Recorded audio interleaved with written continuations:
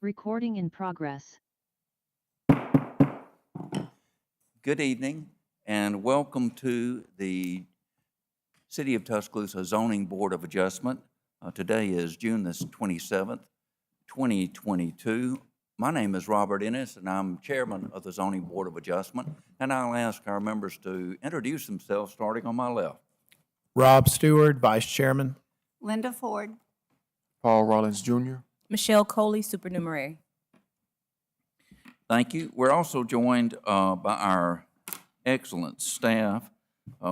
We have Mr. Zach Pons, who is now our acting Director of Planning. Congratulations, Zach. We have Ms. Emily Hayes, Neighborhood Resource Coordinator. Ms. Angie Terrell, Administrative Assistant, is in the back. From the Office of City Attorney, we have Mr. Otto Twamacomo. From the Department of Infrastructure and Public Services, we have Mr. Mike Garner.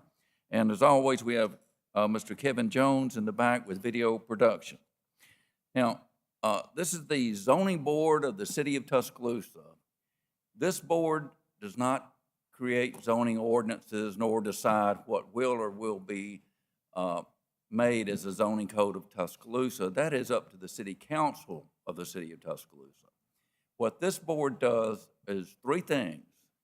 One, this board hears appeals from the Chief Zoning Officer of the city. We don't have any of those tonight. Two, the board hears variances from the zoning code. We don't have any of those tonight, so you don't get my excellent presentation on variances, which is really interesting. But we do, the third thing we do is we hear special exceptions. Now, a special exception is where the city council enacts a zoning ordinance and they say, however, this can be allowed under these conditions, and the council will set forth in their ordinance what these conditions are. And that's where we come to short-term rental. Those are the conditions that we look at under short-term rental. The council set the conditions. This board enforces them by order of the city council. Now, let me say something about short-term rental for you here. Some of you have put on your petitions requests for adults, cars, and occupancy that you will find do not really reflect what the staff recommends or what this board looks at. So in order to avoid you being disappointed or surprised, and so you understand how this board looks at a short-term rental, first we look at the number of bedrooms, and we multiply that times 2 adults. Now, that can be further limited by the number of bathrooms and or the number of vehicles you have. That's where the staff comes up with their recommendation. That's the way we look at it. We do not count hide-a-beds, sleeper sofas, or pup tents in the backyard. We count bedrooms, okay? So just so you're not surprised, you may have put 10 adults and you only have 2 bedrooms. Nobody did that, but we have seen that. That's not going to work. It's 2 adults per bedroom, so just lower your expectations if that's the case. And when you come up here, I'm going to ask you to speed the process up a little bit. If, after seeing the staff's recommendation on the screen behind me, if you accept that recommendation, then we can proceed with putting conditions on it and go on to the next case. And so please keep that in mind when we get to that point. Now, subdivision covenants and homeowners association rules and regulations, this body does not enforce that. That is a private matter between you and your homeowners association. We had petitions out front that you could sign to speak to the board on a case or any given case. If you did not, that's not a problem. You can still speak. However, when you do want to speak, please come to the microphone, speak directly into the microphone. These require close contact. Give us your name and address. Please only address the board. Don't engage the staff in conversation, and certainly don't engage anyone in the audience in conversation. Civility and decorum are the order of the day, so please be polite to everyone.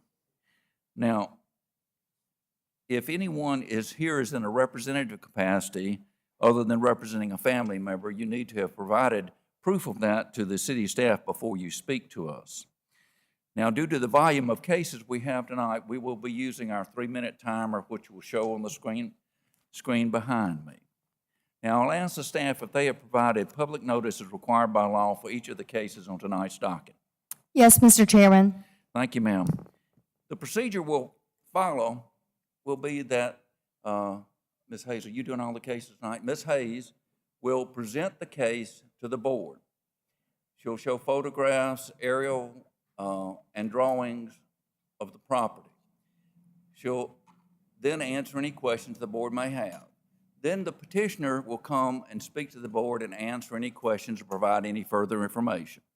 After that, the members of the audience can speak one at a time, and again, come to the microphone, give us your name and address, and tell us the situation. Please keep an eye on the clock counting down behind us, because that's how much time you have. Now, you may notice there are a few procedural matters I need to tell you about. Although you'll see 5 of us up here, by state law, it requires 4 votes to approve a petition, not 3. 4 votes to approve a petition. So a petition gets 3 votes, it fails, okay?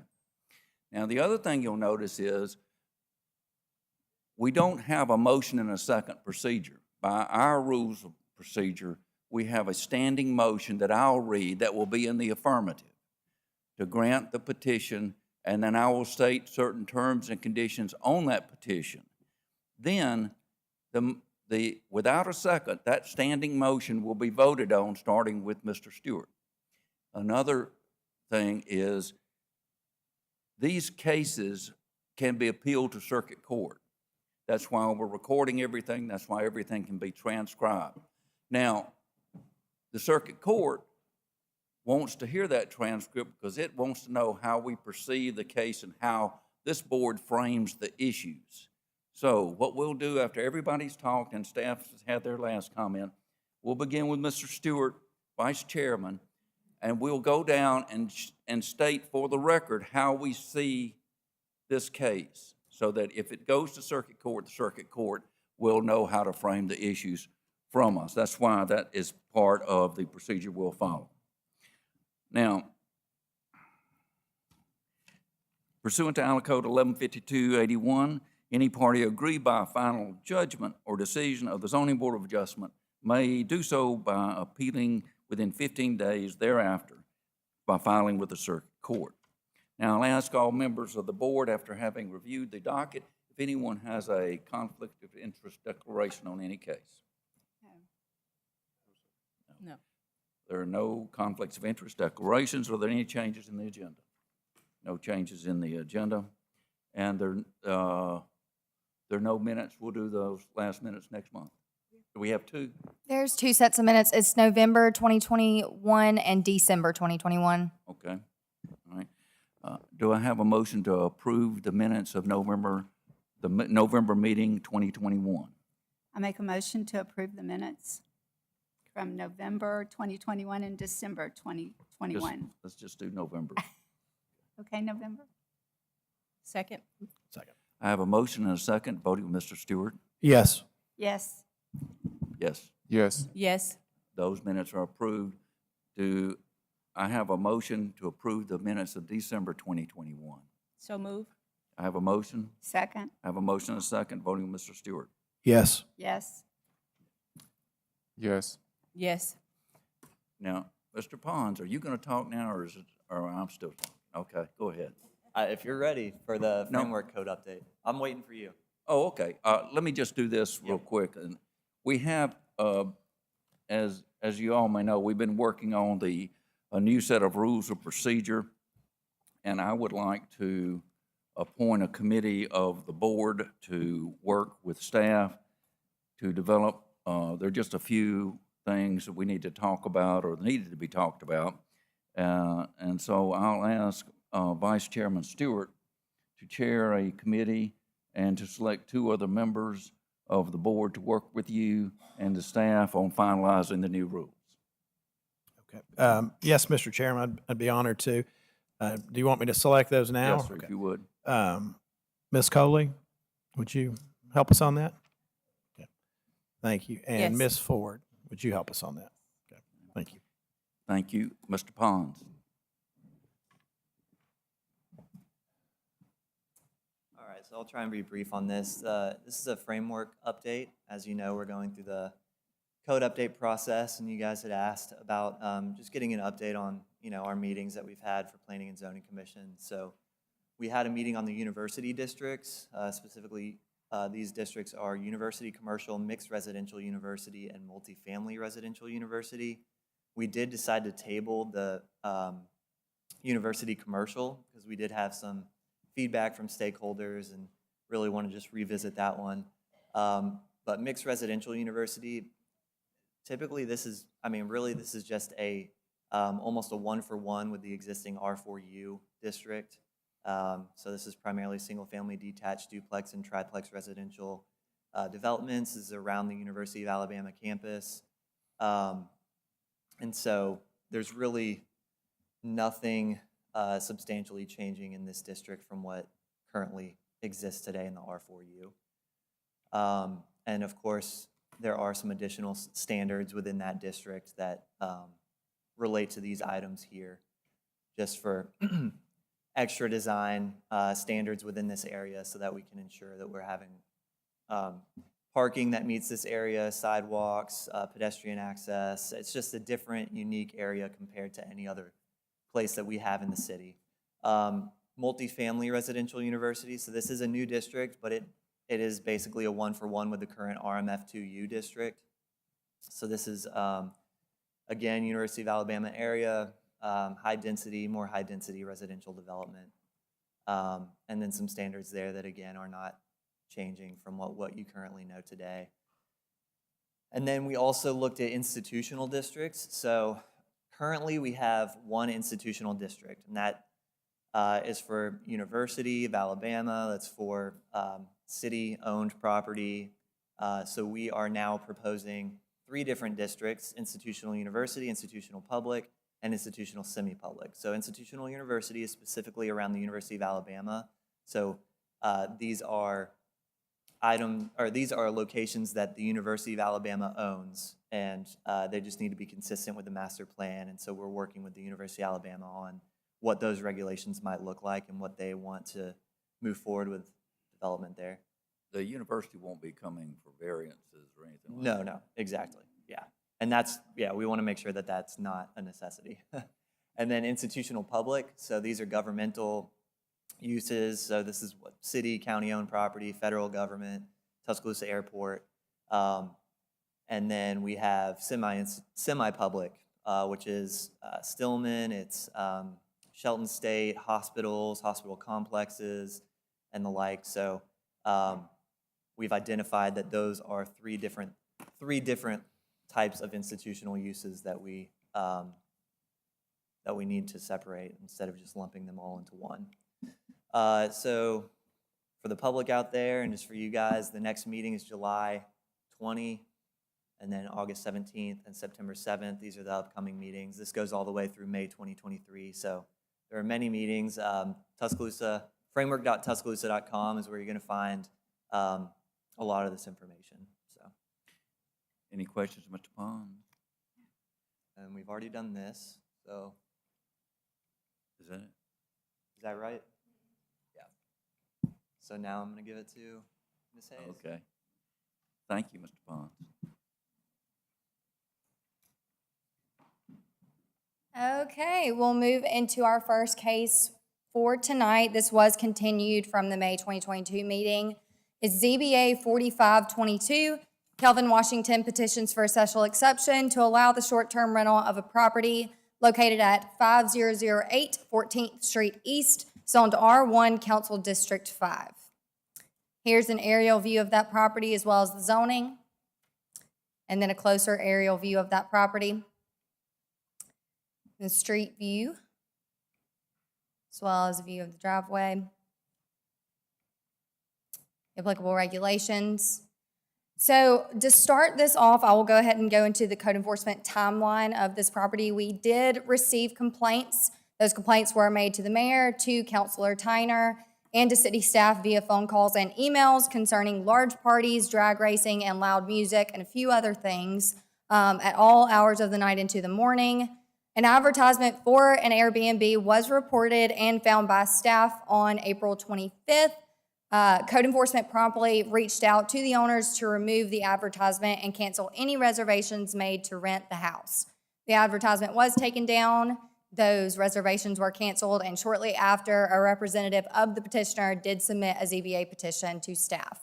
The current owner does not have a license to rent long-term, and the petitioners are the renters of the property. So we'll go into the request. This is a new short-term rental request. The house is 4 bedrooms and 3 bathrooms. The petitioners are requesting for 6 vehicles and 6 adults. And if approved, staff recommends 3 vehicles and 6 adults. Y'all have any questions for staff? Were any citations issued or have they been issued? Chief Blankley is here to speak on that. And also Councilor Tyner is here as well. Any questions? I got a question. You said it's not set for long-term rental either? They don't have a license for short-term or long-term. Thank you, ma'am. Thanks.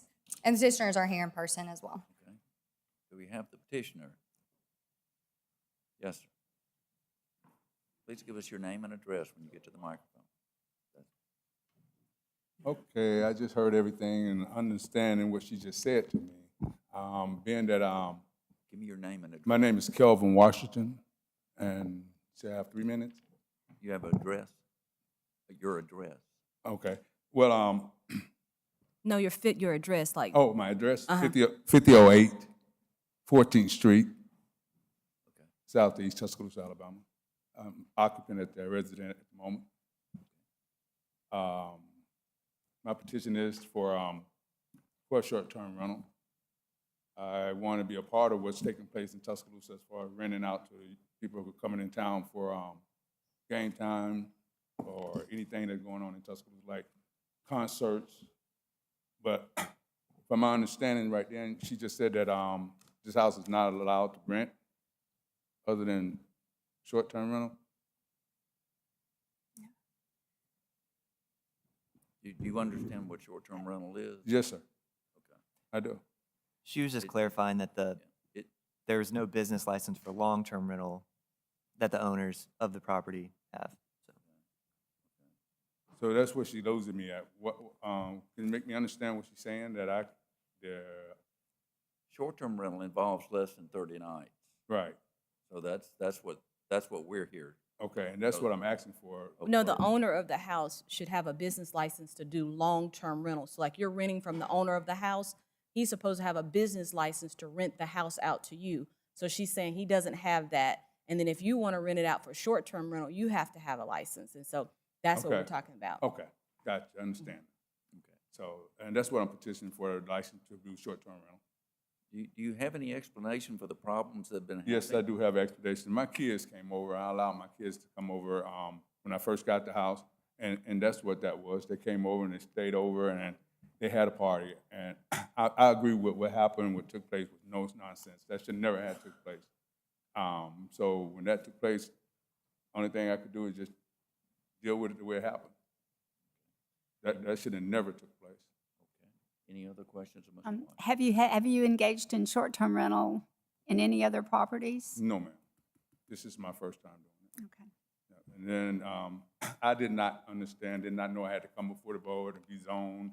I didn't know all the things. I just thought that I needed to get plans with the Airbnb, get business license, and then just do it that way. And once I realized that I did do everything the wrong way, immediately I shut it down. I started off, did everything according to a petition for the zoning board, and here I am, standing before you guys right now, asking you an opportunity to do short-term rental here in Tuscaloosa. Are you the actual owner of the property or are No, you sir. renting from? No, sir.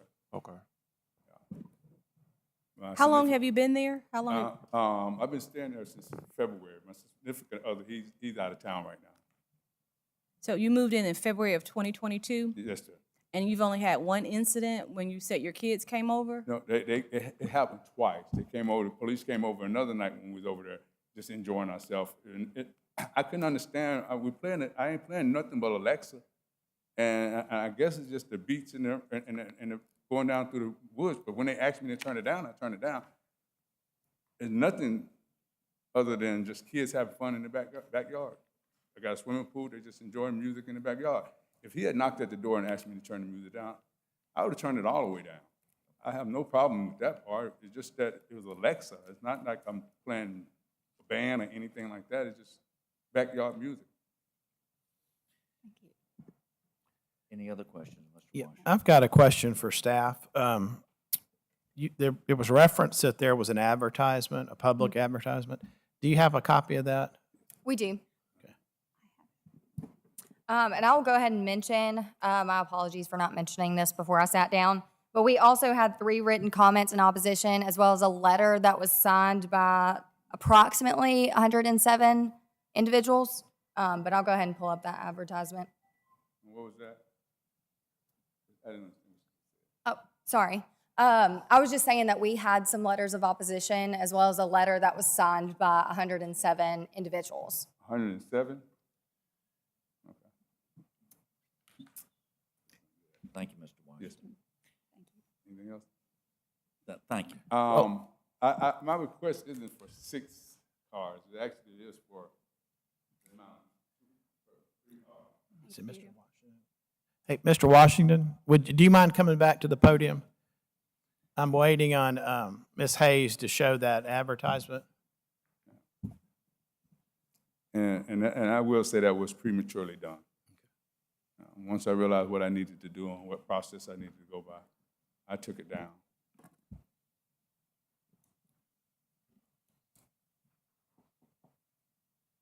While we're waiting, Mr. Washington, where will you be when this place is being rented? I would go to my sister's house. And is that in Tuscaloosa? She lives in Northport. Northport. Have you posted rules and regulations inside the house to deal with short-term renters? I did have some established on the site at the time stating that there would be no parties, there would be nothing of that type of sort taking place, that I allow, I got a 4-bedroom, I'm only renting out 3, just allowing only 3 rooms to be used, and that's the 3 bedrooms, Jack and Jill, and my side bedroom, which have 2 baths. Also, the car occupants, I can have, I've got a 2-car driveway, which actually 4 cars can really fit in my driveway. All right, let me ask you, you see staff recommendation was 6-3, 6 adults, 3 cars? Yes, sir. Is that satisfactory to you? Yes, ma'am. Yes, sir. Most definitely it is. I don't know that they're gonna get that up. probably. Yeah, I did not desire to have, and the thing about my house is that I have access to my backyard. So I know that if I got 3 cars in my front yard and they have a friend to come over, there's access parking for them to pull their car in the backyard. If not to interfere with anything going on in front. I don't want to do anything to cause any headache or any problem with the people that I live next door to. If anything, I want to be a part of the community. I don't want to be a nuisance or a problem to the community. I just want to be a part of what's taking place as far as the short-term rental. And I want to abide by all the rules and regulations that is asked of me to do this. Okay. Thank you. Are you satisfied, Mr. Stewart? Yes. Thank you, Mr. Washington. Thank you. You're not going to get that pulled up? Yeah, she did. Yeah. That's what we're looking at. Okay, this is, I didn't know. Okay. I believe we have Chief Blakely here. Chief?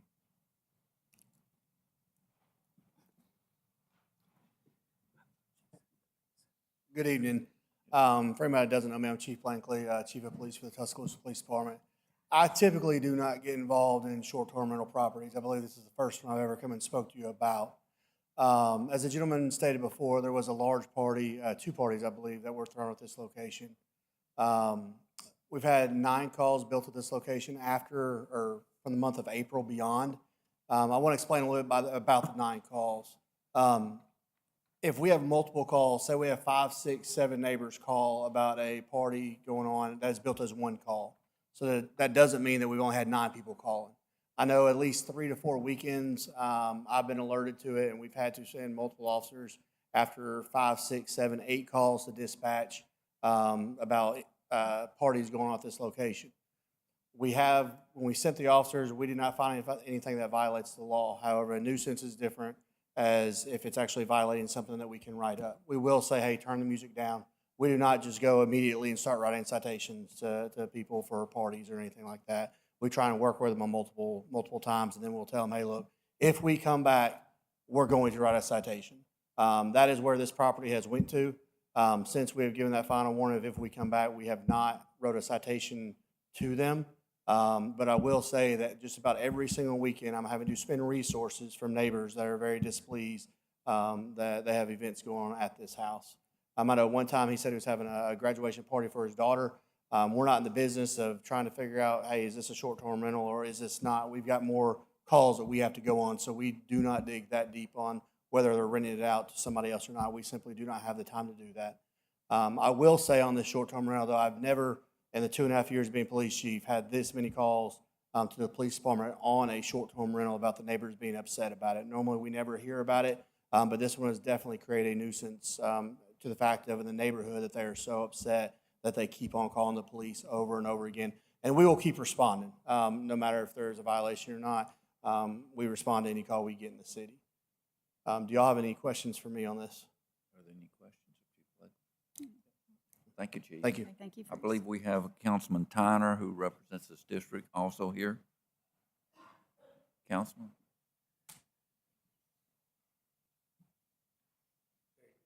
Odd being on this side of the podium. I'm like Chief Blankley. I think I've been down here 25 years, and I can probably count on one hand how many times I've come before the ZBA.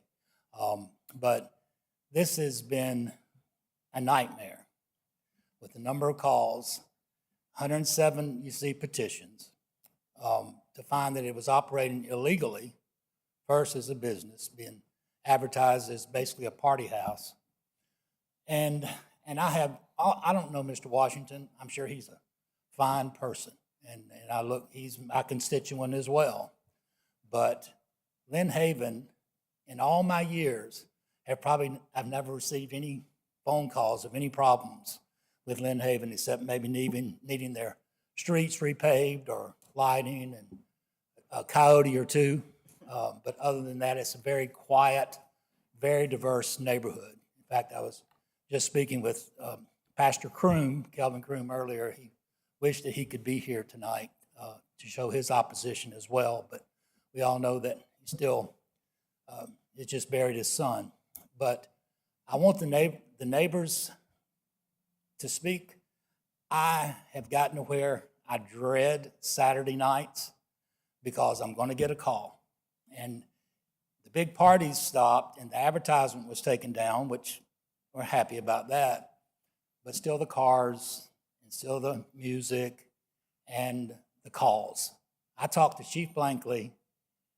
I like him a lot, but I don't want to talk to him every Saturday night. And he agrees too, because I know we don't want to be talking to each other every Saturday night either. And but anyway, I'm hoping that this will be denied, and on the basis of the complaints and the calls and the operations of the advertising and all that started off the way it shouldn't have in the first place. So I'm going to yield to, again, thank you all for what you do and giving your time as good citizens of this city.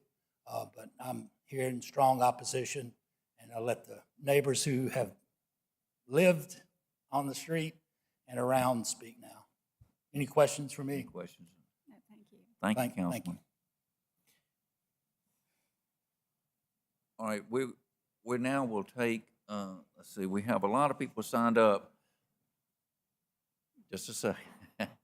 We have a lot of people signed up, and since we have a lot of people and we have 19 cases tonight, I want everybody to be heard, but if somebody sums the case up for you, then there's no sense in repeating the same thing over and over again. okay? So we're going to start, and remember the 3-minute timer, please. Okay, we're going to start, we have Bob Sexton. Mr. Sexton? Is that you? She's the only one who wants to speak. She's gonna speak for them. Okay. My name is Cheryl Clicker. I live at 4930 14th Street East. Our family moved to Lynn Haven over 28 years ago. It is a quiet neighborhood with no major thoroughfare for non-residential traffic. Our homes are our greatest financial investment where we put down roots, raise children, share time with family, grandchildren, and neighbors, and enjoy peaceful mornings, afternoons, and evenings. Children ride bikes, hoverboards, and skateboards, or they just walk and play around the neighborhood. Being familiar with our neighbors and their cars and their routines have created a feeling of safety and security, which has recently been disrupted by the activities at 5008 14th Street East. I have read the petition application from Mr. Washington asking for this property to be zoned short-term rental. He mentioned that he wants to rent to families that are in Tuscaloosa to attend functions around town, and he is wanting to rent 3 of the 4 bedrooms and 2 of the 3 bathrooms to accommodate 6 adults and 2 kids, or 4 adults and 4 kids. If that is the case, then why would there be a need to park 6 cars in the driveway, another 4 in front of the house with more parking in the backyard? He also states that the house will not be open for parties or large gatherings. However, there have been multiple large gatherings over the past few months, one just a couple of weeks ago. This house was, but is no longer listed on Airbnb. The first party that I was witness to was Easter weekend, Saturday night, Sunday morning. There was loud music, smells of marijuana, yelling, fighting, screaming, expletives, vehicles racing, tires screeching, multiple cars blocking the road, and inebriated guests urinating, throwing trash in the neighbors' yards. Now, when there is a large gathering, the cars are parked in the backyard, and other guests are parking at Stone Creek Apartments and walking to the property on a Saturday night. Our children and small grandchildren were at our house one night, and this party was going on. Needless to say, our adult children did not feel it was safe for our grandchildren. We do not need to feel unsafe in this neighborhood. Some would say it's my property and I can do what I want, but this is not true. What neighbors do positively and negatively affects property value. We have had a steady stream of strangers that have disrupted our sense of community. Mr. Washington wrote in his petition when I decided to buy my home. However, he does not live there, and he is not listed as the homeowner. He is listed as the petitioner if different from the owner. We respectfully request that this petition be denied. Any questions of Ms. Kruger? Thank you, ma'am. I believe next we have Jan Sherlock. Yes, ma'am. Come on. That's okay. These high ceilings make it very difficult. Yes, sir. I am Jan Scarlock. I live at 5022 14th Street East, 35404. If you're facing Mr. Washington's home, my home is just to the right of his home. The first time this happened, my husband, at 3 o'clock in the morning, wiggled my foot and he said, "Get up, the police are outside." This is not something that you want or expect out of this nice little quiet neighborhood that will stop and teasingly say, "I can find someone to cut your grass." This is the kind of neighborhood that we wanted to live in. Mr. Washington states that it was his children that were throwing a party that he did not know about. Mr. Washington, you look to be a young man. Ms. Sherlock, address us. Mr. Washington looks to be too young to have as many children as attended this party. When I went out, looked out,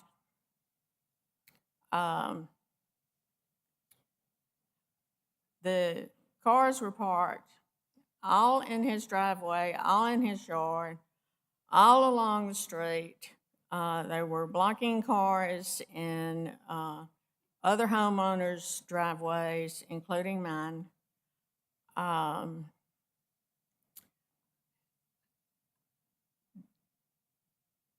When we looked at this house, and I have not been here long, I think others can speak more to what kind of neighborhood it has been for years and years and years. And I'm sure that Mayor Tyner can speak to that too, since he has been taking care of that neighborhood.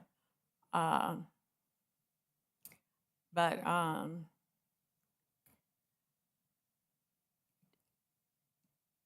to have this happen, and I was told, and forgive me if I'm wrong, that Mr. Washington was told to stop, do not have any other parties until this is reconciled. This did not stop. You're running out of time, but I think we have heard everything you have said to us, and we appreciate it. It brings us all close to tears for this to happen in this neighborhood. Okay. Thank you, Ms. Sherlock. Who do we have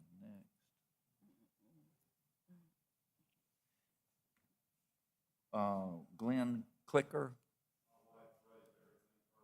Okay, all right. Yes, ma'am.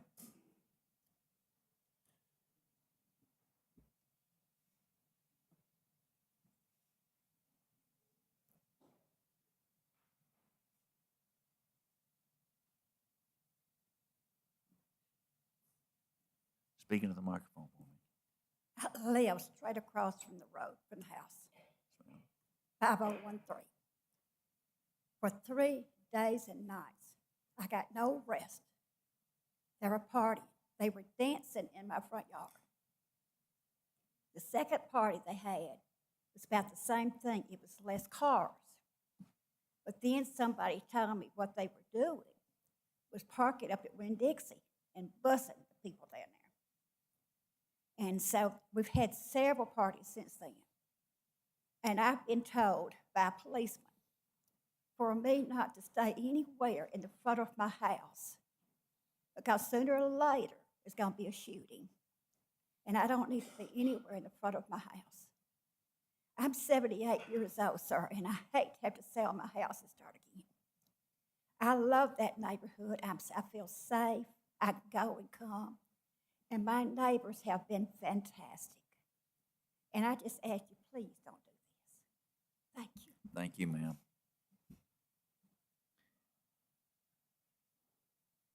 Thank you, sir. We have Cheryl West signed up as West. Then we have, Triana Yao. Okay. All right. Has that pretty much summed up everybody from Lynn Haven, the case that we want to hear? Okay. If that's it, anybody else? Yes, ma'am.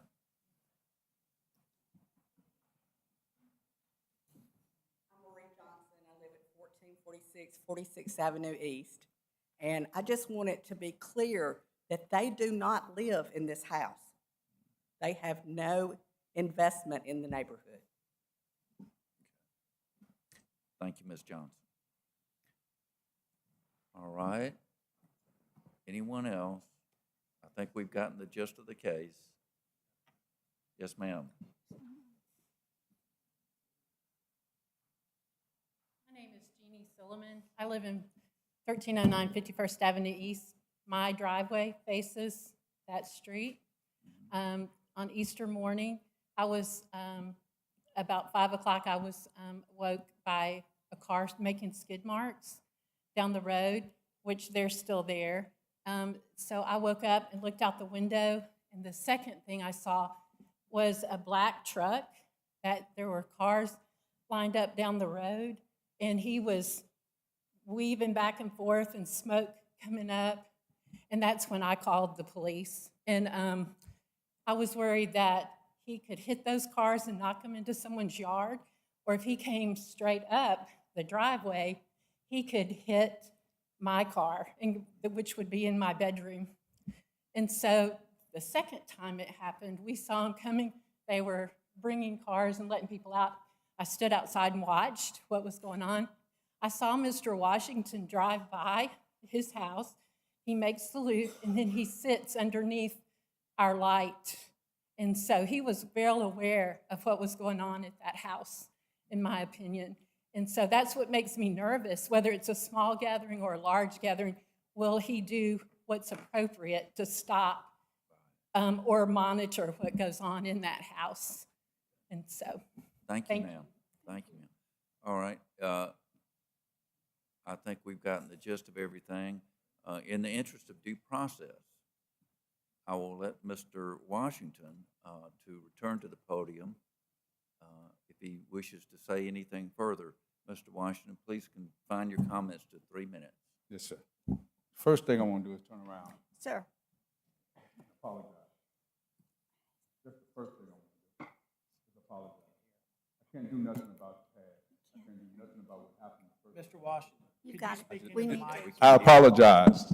I want to apologize to them. Really, I really want to apologize because I can't do nothing about the past. I can't do nothing about what happened that night. I can't do nothing about those. And yes, I did do it unauthorized. I called myself starting something not knowing it. I was ignorant to the situation of what I needed to do. I was ignorant to the procedures coming in and petition for it. I was ignorant to the zoning board of coming in and doing what I needed to do for the zoning.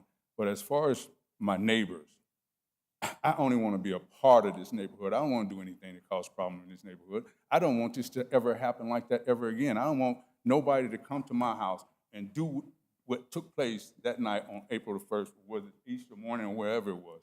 I don't never want nothing like that to happen again. But that did happen. The only thing I want to do is move forward. I do not have loud music at my house all the time. When my kids come over, they play in the background and we have music going on. But it's not loud. They complain about kids playing in the backyard at a swimming pool. I, myself, once again want to apologize to my neighbors. And hopefully that the zoning board will see that I want to do this the right way. I want to be a part of what's taking place in Tuscaloosa as far as short-term rental. I want to learn more about what I'm doing. I want to follow y'all regulations. I want to do the things that are required for me. I apologize to my officer and for them calling them and waking them up constantly. But the thing about it is, every time the police came, they'll tell you the music wasn't loud. They didn't cut me. They asked me to make sure that everybody stayed inside. There wasn't nobody running up and down the streets. So what happened that first night, I can't do nothing about. I just want to move forward, and I apologize to my neighbors for what took place. Thank you, Mr. Washington. Anything further from staff? Then the board will begin its. I have a question. Yeah, I have a question for staff. Question for staff. Go ahead. Can someone that's not the actual property owner engage in short-term rental? So if I'm a long-term rental, can I sublease my house They out? can, as long as they have that DOA. It's kind of the same way of a petitioner coming in that's just managing a property. It's just that same way. As long as they have that DOA, that's what counts. I have a question for staff. When and if short-term rentals are denied, just for recording, how long can they come back and request short-term rental again? So with a denied petition, they have to wait 6 months. Thank you. Anything further? If not, we'll begin our board comments with Mr. Stewart. Yeah, the short-term rental ordinance came into effect, 3.5 years ago? Is that about right? And this body has been tasked, per the ordinance passed by the city council, to vet each case and each application. That would be new applications and renewals. So we've been doing that for now 3.5 years. We've experienced 3 amendments to that original ordinance. So far, we have heard, and correct me if I'm wrong with my fellow board members or staff, nothing that amounts to the complaints that are formal complaints that involve Tuscaloosa Police Department and obviously an outpouring of neighbors in relatively, I believe, 3 or 4 months. That's very unusual and very, very concerning to all of us. A lot of people, we know a good bit about short-term rentals because we have sat in this position. And my opinion of short-term rentals has changed. It's always the fear of the unknown. We're homeowners, live in neighborhoods here in the city, and my opinion's changed because it's worked in this city. And then we watch television and we see horror stories with horrible issues that are blown up all over the country that are party atmospheres, turns into party houses. All I can say, I do respect Mr. Washington has apologized to his neighbors, and I truly hope that you're sincere and take the forward time that you're there in this home to meet your neighbors. But actions speak louder than words, and I think what has come before us from Tuscaloosa Police Department, Councilman Tyner has weighed in with complaints he's received, along with many long-term neighbors here. And I don't feel it's appropriate, and I plan on voting no to the petition. I have to say that I really respect and appreciate all the neighbors showing up and I don't think I've seen this many letters in opposition of any short-term rental. And I've been on it from the very beginning on this board. I think it's very kind of Mr. Washington to apologize. I understand that. But as Rob said, unfortunately for him, actions do speak louder. I live very close to the University of Alabama. I know what it's like to have parties. I know what it's like to have to depend on your law enforcement to keep it calm and keep it safe. I cannot approve this short-term rental. Thank you, Ms. Ford. I agree with everything my fellow board members have said. I just want to say one thing. The purpose of zoning laws is fundamentally to protect the public health, safety, and welfare, and it does that by protecting property values. That's why you see zoning as classifications, residential land use, commercial land use. That is all to protect property values and to help maintain peace and order in the community. That's the fundamental purpose of zoning laws, has been for over 100 years. And the use of short-term rentals injects into residential areas a commercial aspect of it. And as Mr. Stewart said, we've been surprised how successful it has worked. 99% of our petitioners are responsible and responsive. But when there's evidence of this level brought before this board, I have to default in the favor of maintaining the neighborhood and its integrity and maintaining the public health, safety, and welfare. So I will vote no.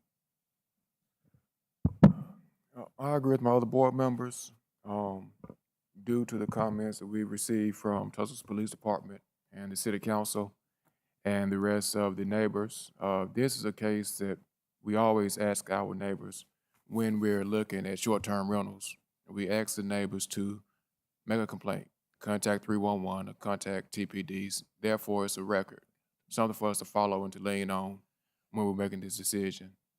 And from the first comment from Chief Blakely, he said he's received multiple calls, up to 9 calls on this particular residence. That's more than one instance. And with that being the case, I can't support this. I agree with my fellow board members. And Mr. Washington, your case is the case that most people fear when we talk about short-term rentals. This is exactly what people think will happen if we permit short-term rental to come into their neighborhood, that people have wild parties and they'll do all of this. And I understand, you know, your kids did this and that, but if you can't control people that you know, then how can we expect that you will be able to control people you don't know that are renting out your property? And I want the neighbors to understand that calling the police, you did all the right things, because short-term rental is permitted across the city. Everybody has the right to do it, but they have the right to do it the correct way. So you're going to hear us approve a lot of short-term rentals, and you're going to think, well, why didn't you approve mine? It's because everybody has the right as long as they don't have complaints against them. So we need to be very clear about that. Neighbors are going to complain they don't want short-term rental in their neighborhood, but it's because of situations like this that they are in fear of.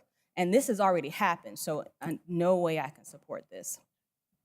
Thank you, Ms. Coley. I will state the motion as follows.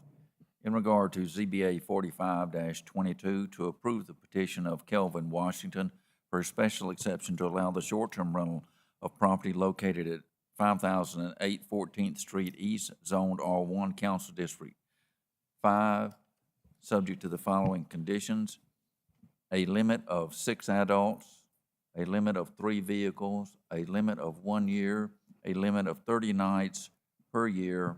Accessory structures cannot be occupied by anyone, and a business license must be obtained before short-term rental operations are commenced.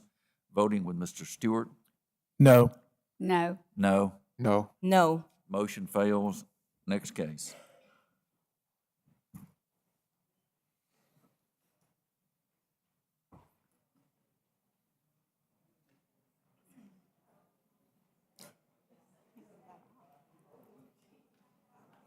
I'll give everybody the opportunity to clear out. So, now I was going to see if Emily would step up here, but I tried. I don't know. Oh, I have not. Let it sit. Just hit that button. Oh, you'll have to hit it. Can't see it. Oh, there it goes. Thank you. You're welcome. That was easy. I don't know what that was. Wow, I appreciate the neighbors coming. It's not easy to come up here and do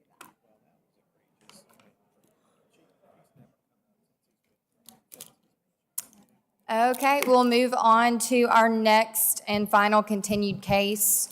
ZBA 4922, Michael Rogers petitions for a special exception to allow the short-term rental of a property located at 209 Bradford Circle, zoned R3, Council District 7. Here is an aerial view of that property as well as zoning. A closer aerial view of that property. Some nearby short-term rentals, they're not super close. Here's street view. Applicable regulations. This is a new short-term rental request. The house is 3 bedrooms and 2 bathrooms. No violations found or complaints received. The request is for 4 vehicles and 6 adults. If approved, staff recommends 3 vehicles and 6 adults. Do you have any questions for staff? Any questions, Ms. Hayes?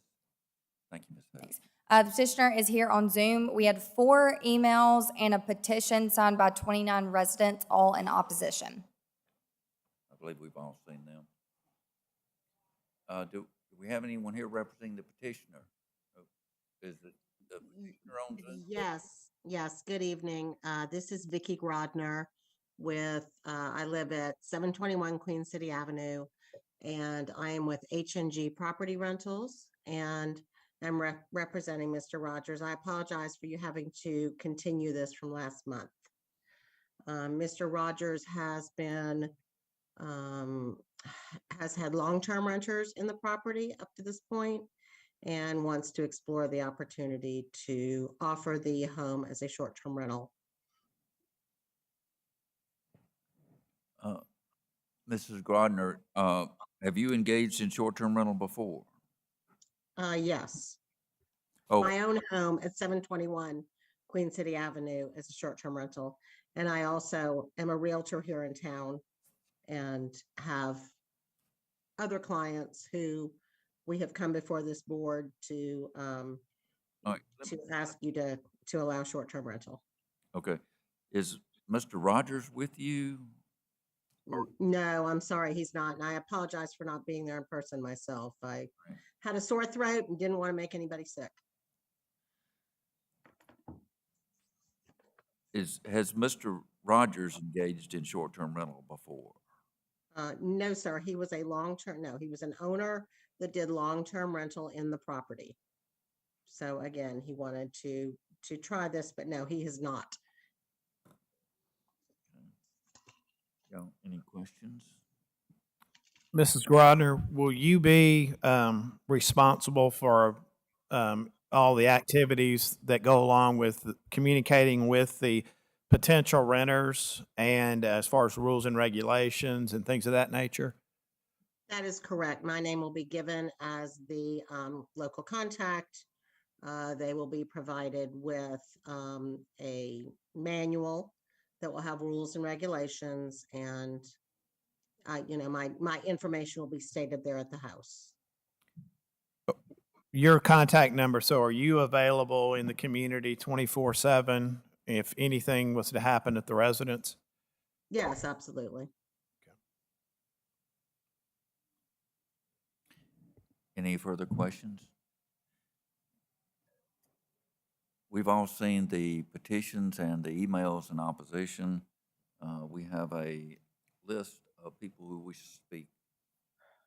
In regard to this petition, I have, is it Ms. Shelton? Oh, she's not here. Ms. Ball? Ms. Ball? No. How about Cindy Lanier? Okay. Ms. Leach or Mr. Leach?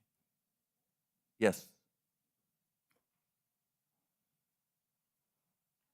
You can, if you both want to come up, you can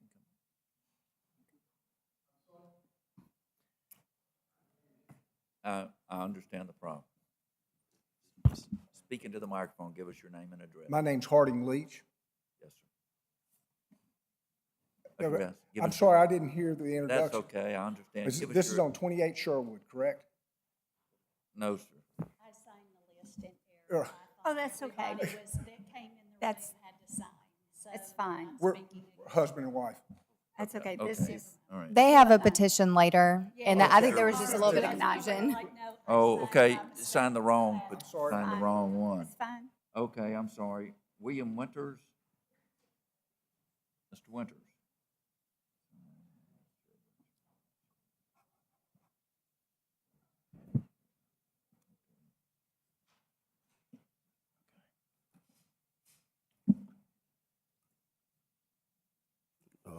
Hello, everyone. How y'all doing?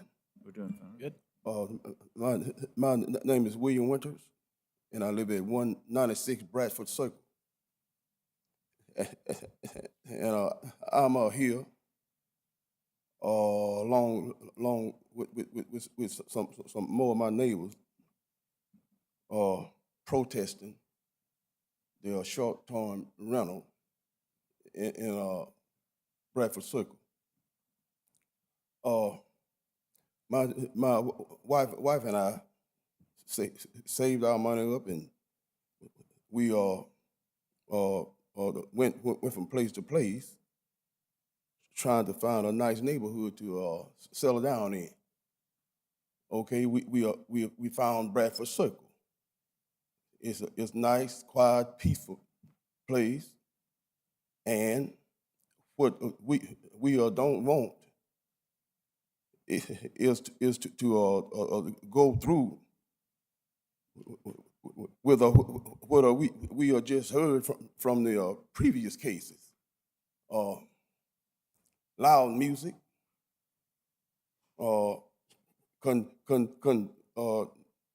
congestive traffic, because in a Bradford Circle, the houses are already close together, and we don't need a whole lot of cars and stuff,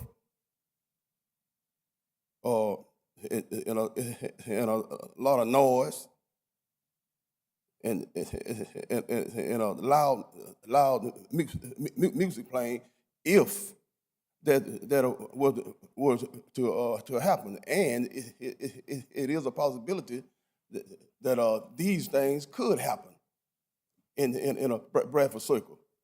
Like I said, it's a quiet, peaceful place, and my wife and I is looking for a stable place, and with a lot of tranquility.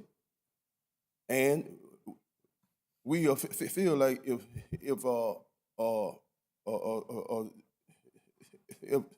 Mr. Rogers or you whoever start term rentals, they like it ain't no telling who are liable to rent the place, and and how loud and how disorganized it could wind up being. So we are here to petition short-term rental, long-term rental, or whatever, because Bradford Circle is a place where homeowners live. Mr. Winter, we hear what you're saying. Your time has run out. Okay. But we hear what you're saying, and Mr. Rollins said it, and I'll say it again. If there are problems with 311, the first line of defense are the neighbors.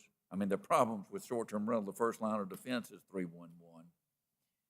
Call that number, report it, a complaint will be in the file. First-term, short-term rentals are only for a year. They're on probation for a year. They only have 30 nights a year. At the end of that year, they have to come back to this board. And if there have been problems, they will be in their file, and they will have to deal with this board at that time. So I know there are concerns, but right now we have no evidence of any problems like we did in the previous case. So everyone gets probation for a year under certain terms and conditions, and it's up to the neighbors to help us by calling 311. And that's for everybody. Okay. Thank you. Thank you. Yes, ma'am.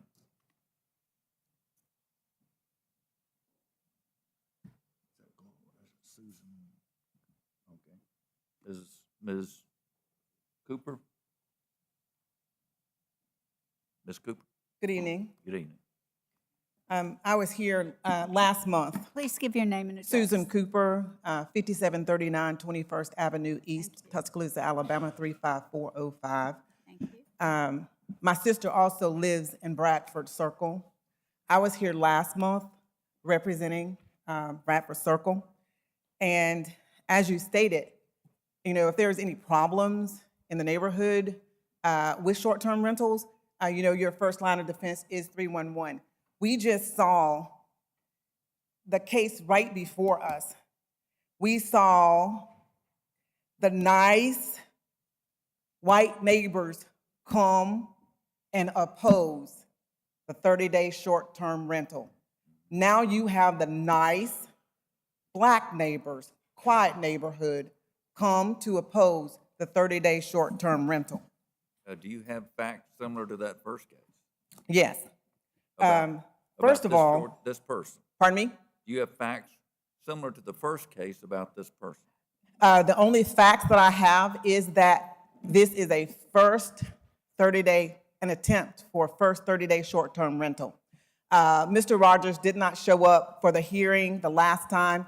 It gave him an opportunity to get representation.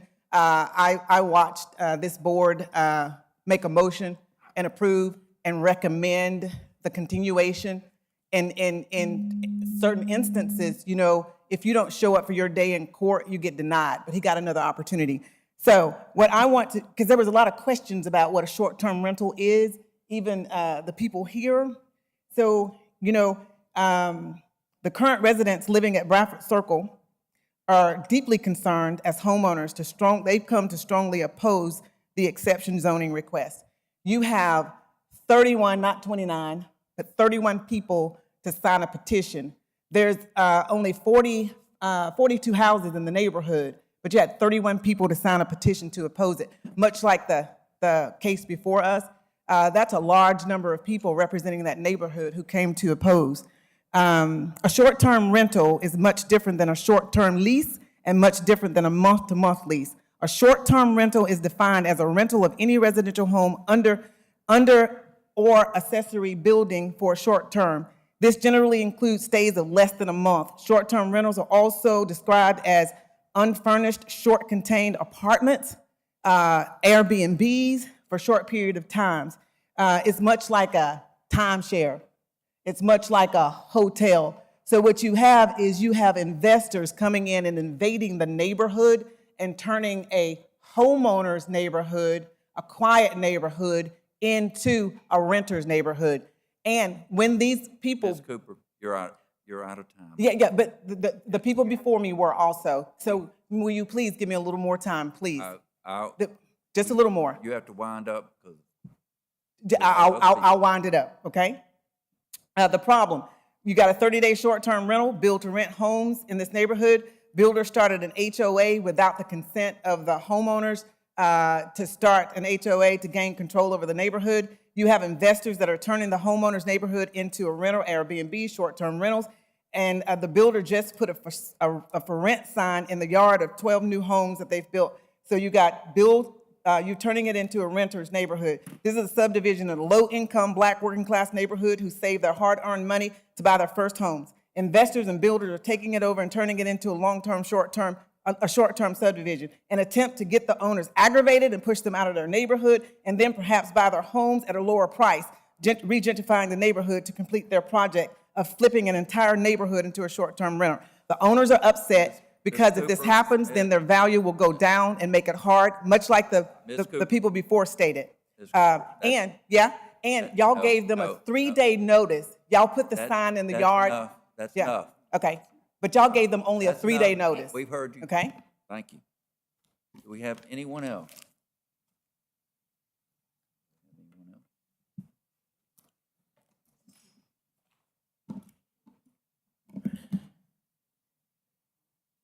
Good evening. My name's Carolyn Nash. I'm a resident of Bradford Circle also. And no, we haven't had any problems yet. And if someone gets short-term rental, long-term and start renting, then it also make the neighborhoods go down really fast. And we haven't had streaking cars and parties.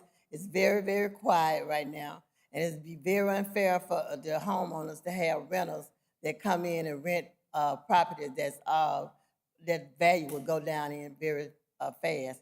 And also, as far as that, we haven't had any problem yet because they haven't started renting yet. But if it does, just like the people you heard before us, it will start going and we'll be calling the police too.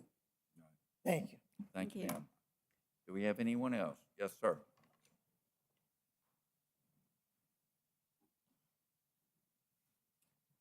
Good evening, sir. My name is Marcus Jefferson. Good evening. I'm from Birmingham, Alabama, with the Fair Housing Center of Northern Alabama.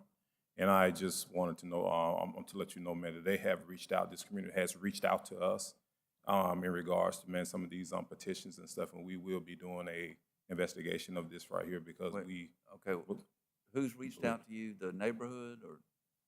Some of the neighbors in the neighborhood, man, concerning these different types of short-term leasing companies that are coming through neighborhoods and stuff. And so we are doing investigations based upon those because those are devaluing people's areas of their home. And it seems as though this is a predominantly black neighborhood. Right. So we will be looking for the redlining areas of this city to make sure, man, that we're not doing those things. I'm the enforcement director at the Alabama, at the Fair Housing Center of Northern Alabama.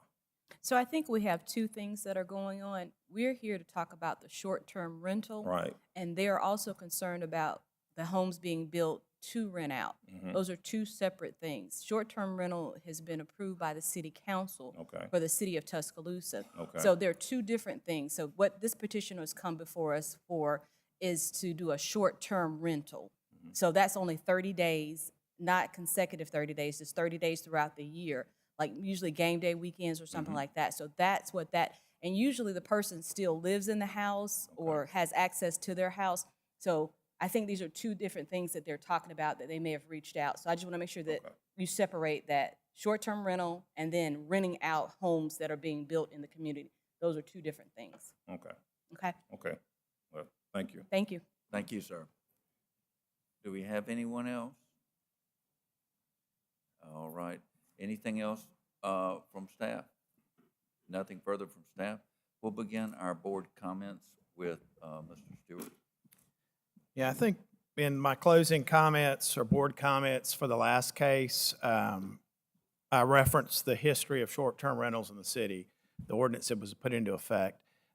We've been very fortunate to have very few problems reported to city staff through law enforcement, through 311, emails, visits, the follow-ups after the probationary year for those who chose to rent further, had to come back before this board.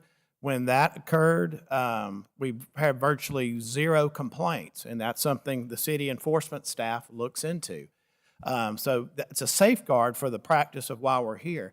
And in a reference to a particular city council district or a socioeconomic group, we have short-term rentals across the city in million-plus-dollar homes to any type of subdivision. Every resident in the city of Tuscaloosa, has the opportunity to come before this board to apply, follow the rules, go through all the check boxes they have to, purchase a business license, et cetera, and advertise accordingly. That is for everyone in the city who chooses to do that. Also, I made a comment in the first case, there's the fear of the unknown. I'm a homeowner in the city, raised my family here in the city as my counterparts have here. That was a question for me in my neighborhood. I had reservations about it. How's that's going to be allowed? How's it going to work? Of course, having the privilege of sitting here as a volunteer, I've learned more than I ever wanted to know about short-term rentals. I talked to a lot of petitioners who successfully got the license, who have rented. Ask them, what is their experience? They've become friends with a lot of the folks who come in to stay in their homes for game days or graduations, family reunions, et cetera. Have great experiences with them, and it's worked for the city. In saying that, the fear of the unknown, unfortunately, is a big deal. I have short-term renters, I do not engage in it myself, in my neighborhood, in every neighborhood that abuts to my neighborhood. I've heard of not one complaint on a personal note, and you're welcome to reach out to city staff to get that. Based on that, I feel this petitioner has met everything they needed to do. They are on probation for a year. It's incumbent upon the neighbors, anyone who's overly concerned that this is going to hurt their neighborhood, then if you have an issue involving noise, anything else, like you would for any legitimate complaint, as you would for anyone else is subject to the ordinances, reach out appropriately. It'll be noted for the future reference for this board to hear. I'm in favor of granting the petition. I know that when this process started, short-term rentals were only allowed in certain areas, and then they were only allowed one per block. And then the city council did open it up to everyone in the entire city of Tuscaloosa under certain conditions.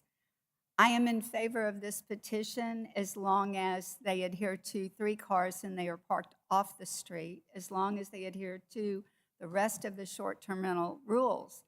I don't see any reason to deny this when it's been approved under all the other circumstances for all the other short-term rentals that have had no complaints. It's a brand-new thing. I do know that it's 30 days. I think everyone will understand that. I do want to echo Mr. Stewart and say that if there is a complaint, please, please call 311, make it, report it. I would suggest first you go knock on the door and say, hey, did you know that was loud, or your car is in the street, or you've got a lot of trash. I would suggest that, but I am in favor of this. I concur with my fellow board members. As the petition stands right now, I'm not opposed to granting this petition. Again, I would like to remind the neighbors to please, if there are any issues, just call 311 or TPD. Once that is recorded, when they come back for renewal, then at that time, if there are any issues, it can be denied. But as it stands right now, there's no grounds for us to deny this petition. I agree with my fellow board members. I think if you go and check our record, we're pretty consistent across the board in terms of If you have complaints lodged against you, we will usually deny you. If you're a renewal and you have complaints, you get denied. It's simple as that. We want people who are gonna respect their neighborhoods to have short-term rentals, and I don't see any reason to deny this person of their right to have a short-term rental. But it's your duty as neighbors, if you have a problem, call 311 and report them. That is what the process is, and that is how you get short-term rentals to stop. If they're not a good neighbor and they don't respect the neighborhood, that's what the process is. So I'm in favor. No, ma'am, it's over. Thank you, Ms. Coley. With that, I will read the motion as follows. In regard to ZBA 49-22, to approve the petition of Michael Rogers for a special exception to allow the short-term rental of property located at 209 Bradford Circle, zoned R3, Council District 7, subject to the following terms and conditions: a limit of 6 adults, a limit of 3 off-street parked vehicles, a limit of 30 nights a year, a limit of 1 year. No accessory structures can be occupied at any time, and a business license must be obtained prior to engaging in short-term rental operations. Voting with Vice Chairman Stewart. Yes. Yes. Yes, Yes. Yes. that petition passes. Next case. So we'll move on to ZBA 5422. Vicky Grodner petitions for a special exception to allow the short-term rental of a property located at 405 Hargrove Road, zoned R1, Council District 2. Here's an aerial view of that property as well as the zoning. Closer aerial view of that property. And then a few street views. It's from Google Images, just was a little more clear. Applicable regulations. This is a new short-term rental request. The house is 4 bedrooms and 4 bathrooms, no violations found or complaints received. The petitioner is requesting for 4 vehicles and 8 adults. If approved, staff recommends 4 vehicles and 8 adults. Y'all have any questions for staff? So, Ms. Gardner, she was just on Zoom. That's She's gonna just- come back, correct. Is that including the other structure behind the house, or that's 4 bedrooms in the actual house? 4 bedrooms in the main house. The accessory structure can't be occupied, so this is just for the main house. There was some question as to what that accessory structure is, wasn't there? Whether it's attached or not, and we'll have the petitioner speak to that and make sure. Any other questions, Ms. Hayes? Thank you, Ms. Hayes. Thanks. And Ms. Grodner?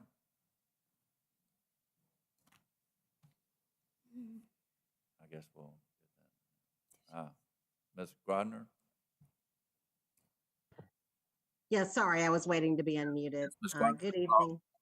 Good evening again, Vicky Grodner, 721 Queen City Avenue. And yeah, this house, the Whites built this house. Mr. White is a developer in the state of Utah and built this house for his daughter to live in. There are 4 bedrooms, actually 4.5 baths in the home. The other structure that you see is a garage. They did, I did not know them. They did put a space upstairs in the garage, but it is not a bedroom per se, if that makes sense. So, I mean, it's kind of like a game day space, if you will. But that, you know, it's not part of the main house. The main house itself has 4 bedrooms and 4.5 baths. Ms. Grodner, are you in the business of managing property like short-term rental? Yeah, so I am a realtor with Keller Williams, and I have my broker's license and am with HNG Property Rentals. Where are you located? In Keller, within Keller Williams in Tuscaloosa, as required by the Real Estate Commission. So the property management division must be resident where the realtor holds their license. Who will be the contact person in case there's a problem? I will. I also have 2 other staff people, but I will be the primary contact and I am available, as you asked previously, 24/7. And they're local as well? Oh, yes, absolutely. Pardon? Yes, sir. They are local. Yes, sir. Okay. Any? Ms. Grodner, can I ask how many properties you manage in the city of Tuscaloosa? So we have quite a few that want to be managed, but currently we are managing, oh gosh, I'm sorry, I don't know the number off the top of my head. It's not a tremendous number. 1, 2, 3, like 5 others. Okay, and you have 2 staff, you said, correct? Correct, that's right. Okay, thank you. You're very welcome. Any other questions? Any other questions, Ms. Coley? No. Thank you, Ms. Gardner. Do we have anyone here who wishes to speak for or against this petition? Anything further? I'll just go ahead and add, we had one letter of opposition that was sent to y'all. We did? Okay. We'll begin our comments with Mr. Stewart. Yeah, based on Ms. Grodner's representation, we've heard from her earlier tonight. We're also familiar with her coming before this body in petitioning for STRs. And I think she understands the rules and regulations. She's a professional realtor, has a presence here in the community, and has a staff to address any issues that may come, hopefully not, on the property if in fact it's approved an STR. I am in favor of granting based on the configuration of the home and in light of city staff's recommendations for 4 vehicles, 8 adults for the 1-year probationary period, 30 nights. I'm in favor. I have to agree with Mr. Stewart. Everything seems appropriate in this case. As long as the buildings, the garage and the other buildings are not used for any kind of residence or short-term rental property. It's a lot of property, but I think limiting it to 8 adults and 4 vehicles is appropriate. I agree with my board members. I agree with my board members. I'm in favor. I'm in agreement with my fellow board members. Thank you. That being the case, I'll state the motion as follows. In regard to ZBA 5422, to approve the petition of Vicki Gardner for a special exception to allow the short-term rental of property located at 405 Hargrove Road, zoned R1, Council District 2, subject to the following terms and conditions: a limit of 8 adults, a limit of off-street parking, 4 vehicles, a limit of 30 nights per year, and a limit of 1 year. Accessory structures cannot be occupied at any time. Any business license must be obtained prior to engaging in short-term rental operations. Voting with Vice Chairman Stewart. Yes. Yes. Yes. Yes. Yes. The petition is approved. Next case. Okay, we'll move on to ZBA 5522, Marcia Sokas petitions for a special exception to allow the short-term rental of a property located at 2215 First Avenue, zoned R1, Council District 2. Here's an aerial view of that property as well as the zoning, and a closer aerial view of that property. View from the street and of the driveway. The applicable regulations. This is short-term rental renewal. The house is 3 bedrooms and 2 bathrooms. No violations found or complaints received. The property was previously approved for 3 vehicles, 6 adults, and 30 nights. The current request is for 3 vehicles, 6 adults, 45 nights, and 3 years. If approved, staff recommends 3 vehicles, 6 adults. Any questions, Ms. Hayes? Thank you, Ms. Hayes. Petitioner is here on Zoom. We didn't have any comments.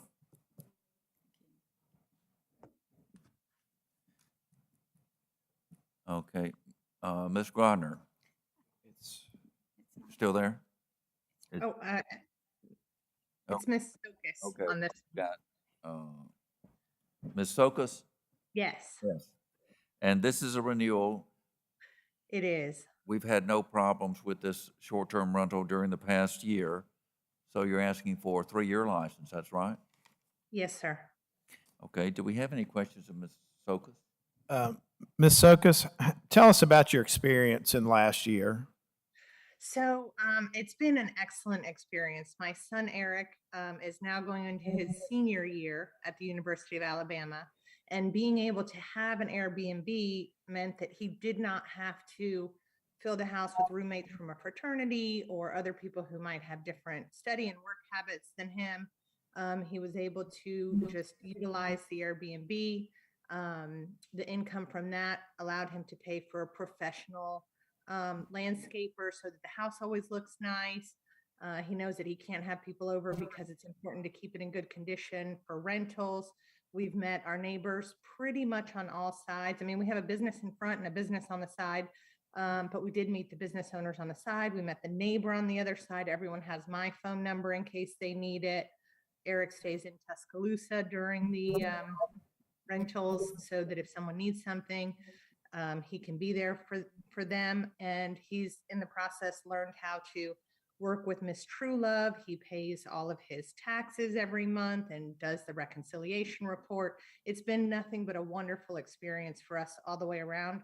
And I think it's been really good for the neighborhood too, because we just have, adults there during game day weekends every once in a while, as opposed to a house full of a bunch of college students or anything like that. It's been a great experience. Great, thank you. Do we have anyone here who wishes to speak for or against this petition? Does staff have anything further?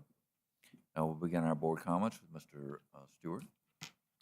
I think based on a clean record, no issues reported, the petitioner seems to have had a good experience. They seem to be meeting all the requirements that are put forth in the short-term rental application and agreement. I'm in favor of renewing this petition for 3 vehicles, a total of 6 adults for a 3-year period at 45 nights per year.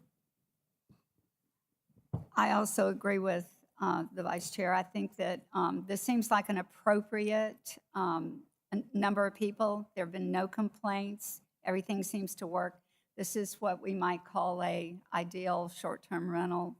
I think that it's really good that she's spoken to her neighbors, and she seems to have made friends with the people that are short-term rentaling. I have absolutely no problem with granting this. I agree with my colleagues. I agree as well. I agree. That being the case, the motion is as follows in regard to ZBA 5522 to approve the petition of Marcia Sokas for a special exception to allow the short-term rental of property located at 2215 First Avenue, zoned R1 Council District 2, subject to the following conditions: a limit of 6 adults, a limit of 3 off-street parked vehicles, a limit of 45 nights per year, a limit of 3 years. Accessory structures can never be occupied, and a business license must be obtained prior to short-term rental operations. Voting with Mr. Stewart? Yes.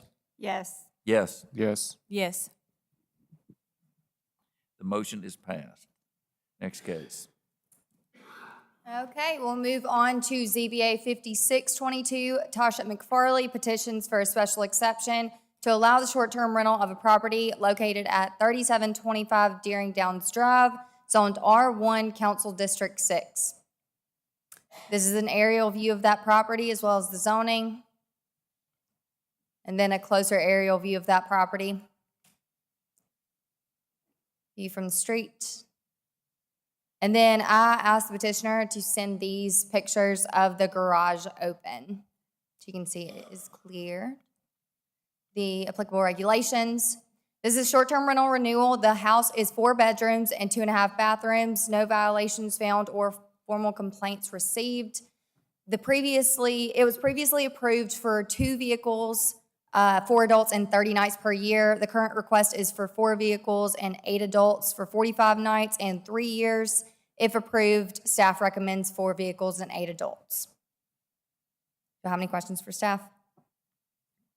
Were there any letters in support or opposition? We had 2 written comments and a petition signed by the board of directors of the HOA in opposition. And they were all sent to y'all today. what were your staff recommendations? 4-8? 4-8. Were there any complaints through 311? We didn't have any formal complaints from 311, no, sir. Does that include parking in the garage? It does. That's why I know that the pictures that were originally shown to you, it was the old pictures, but these are brand new, completely cleared out garage now. So, Mr. Gardner, there'd have to be 2 vehicles parked in the garage, correct? Yes, sir. For 4 cars, we need 2 in the garage.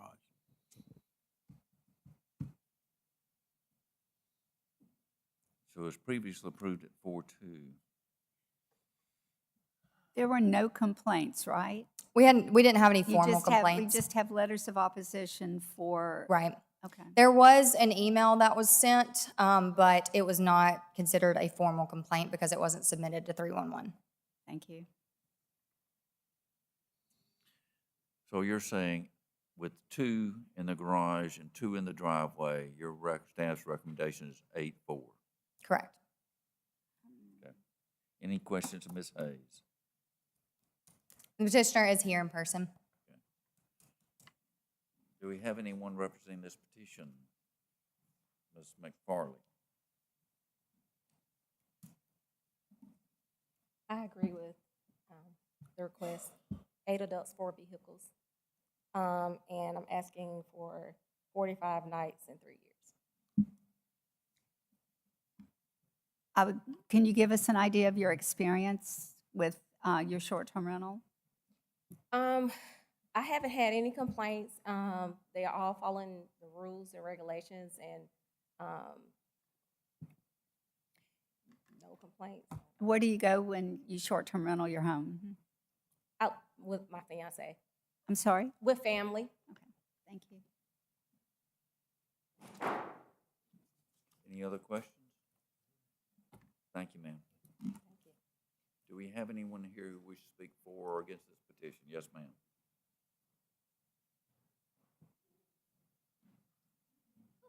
I'm Jackie Hayes. I'm at 3714 Deering Downs Drive, which is directly across the street.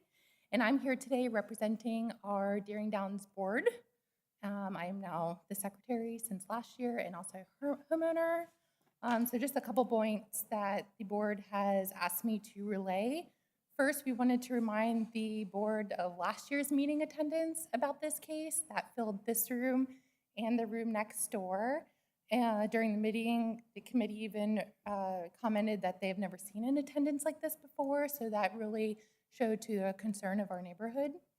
Our past HOA president has presented a petition with signatures from 75% of our community, and I have a copy of that if you want to look at that today.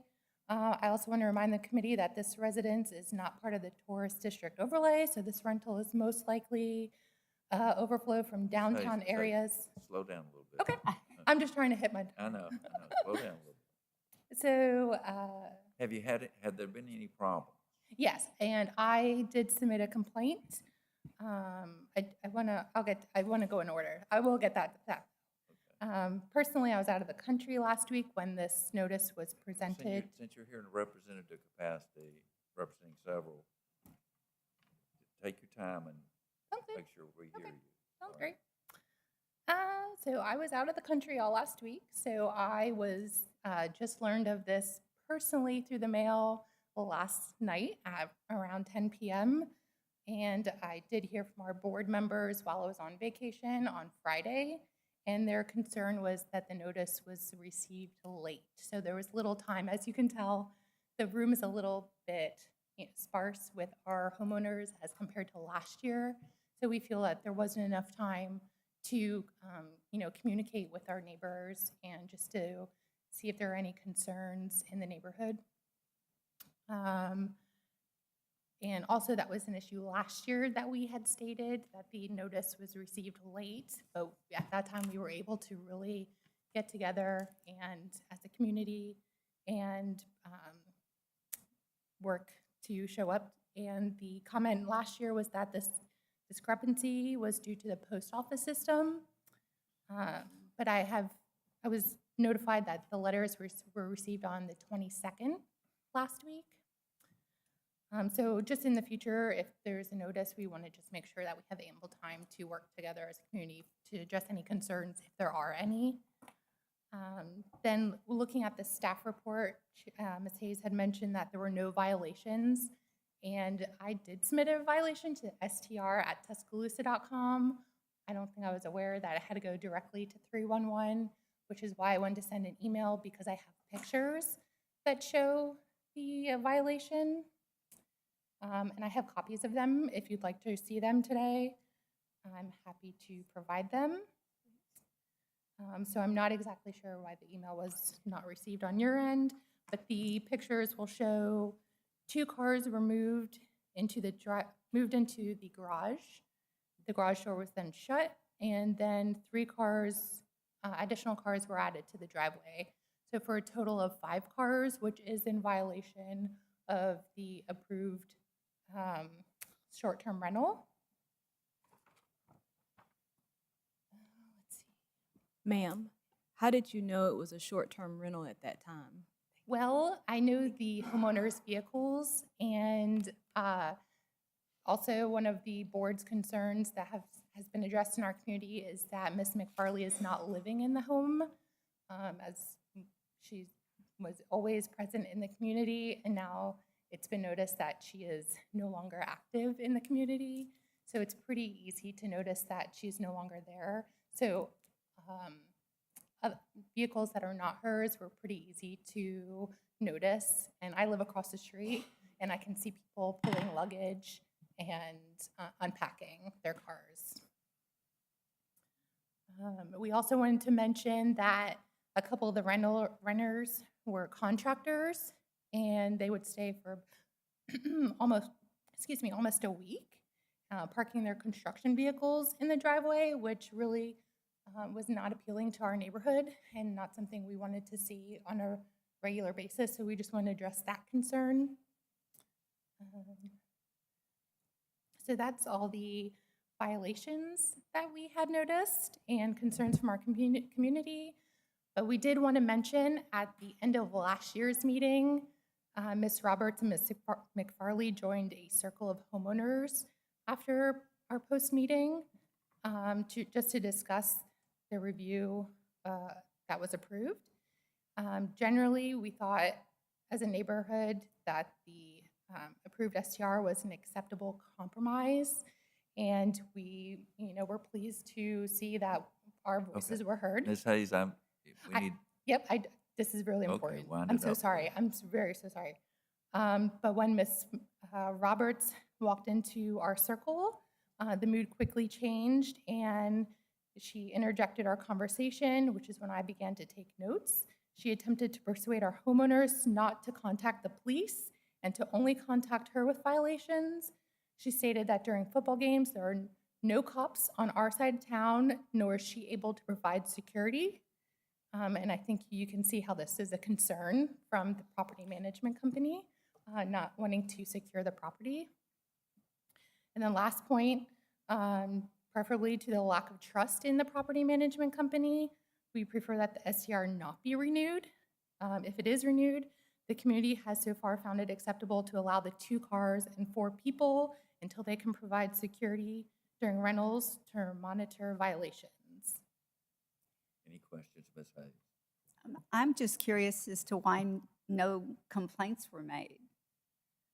There was one complaint, yeah. City staff? It was not sent to 311. I have my forwarded email brought to str@tuscaloosa.com. So and I do have a copy of that. Without it being submitted to 311, we wouldn't be able to verify whether it was a short-term rental or not during that time. And the incident that you're referring to was you counted 5 cars. Yes, and I reported that on Monday, Okay. the 19th. But April outside of that, an actual complaint, what else happened? Not about conversations between the petitioner and the circle or whatever, but what specific complaints did y'all have? Just that one with the overflow of parking and contractors being parked in the driveway with their large construction. But they were parked in the driveway, correct? Correct. Not on the street? Yeah. Okay. And that is allowed, is that correct, staff? It is, even if it wasn't a short-term rental. And it doesn't, and help me out, and for everyone's benefit, the type of vehicle is not referenced in an ordinance. Is that correct? There are certain vehicles, but they're very large vehicles, boats, things like that, Right. that we would monitor, but not A construction contractor's vehicles. truck, something No, like sir. that. Okay. Thank you. Thank you, Ms. Hayes. Thank you. Do we have anyone else who wish to speak for or against this petition? Yes, sir?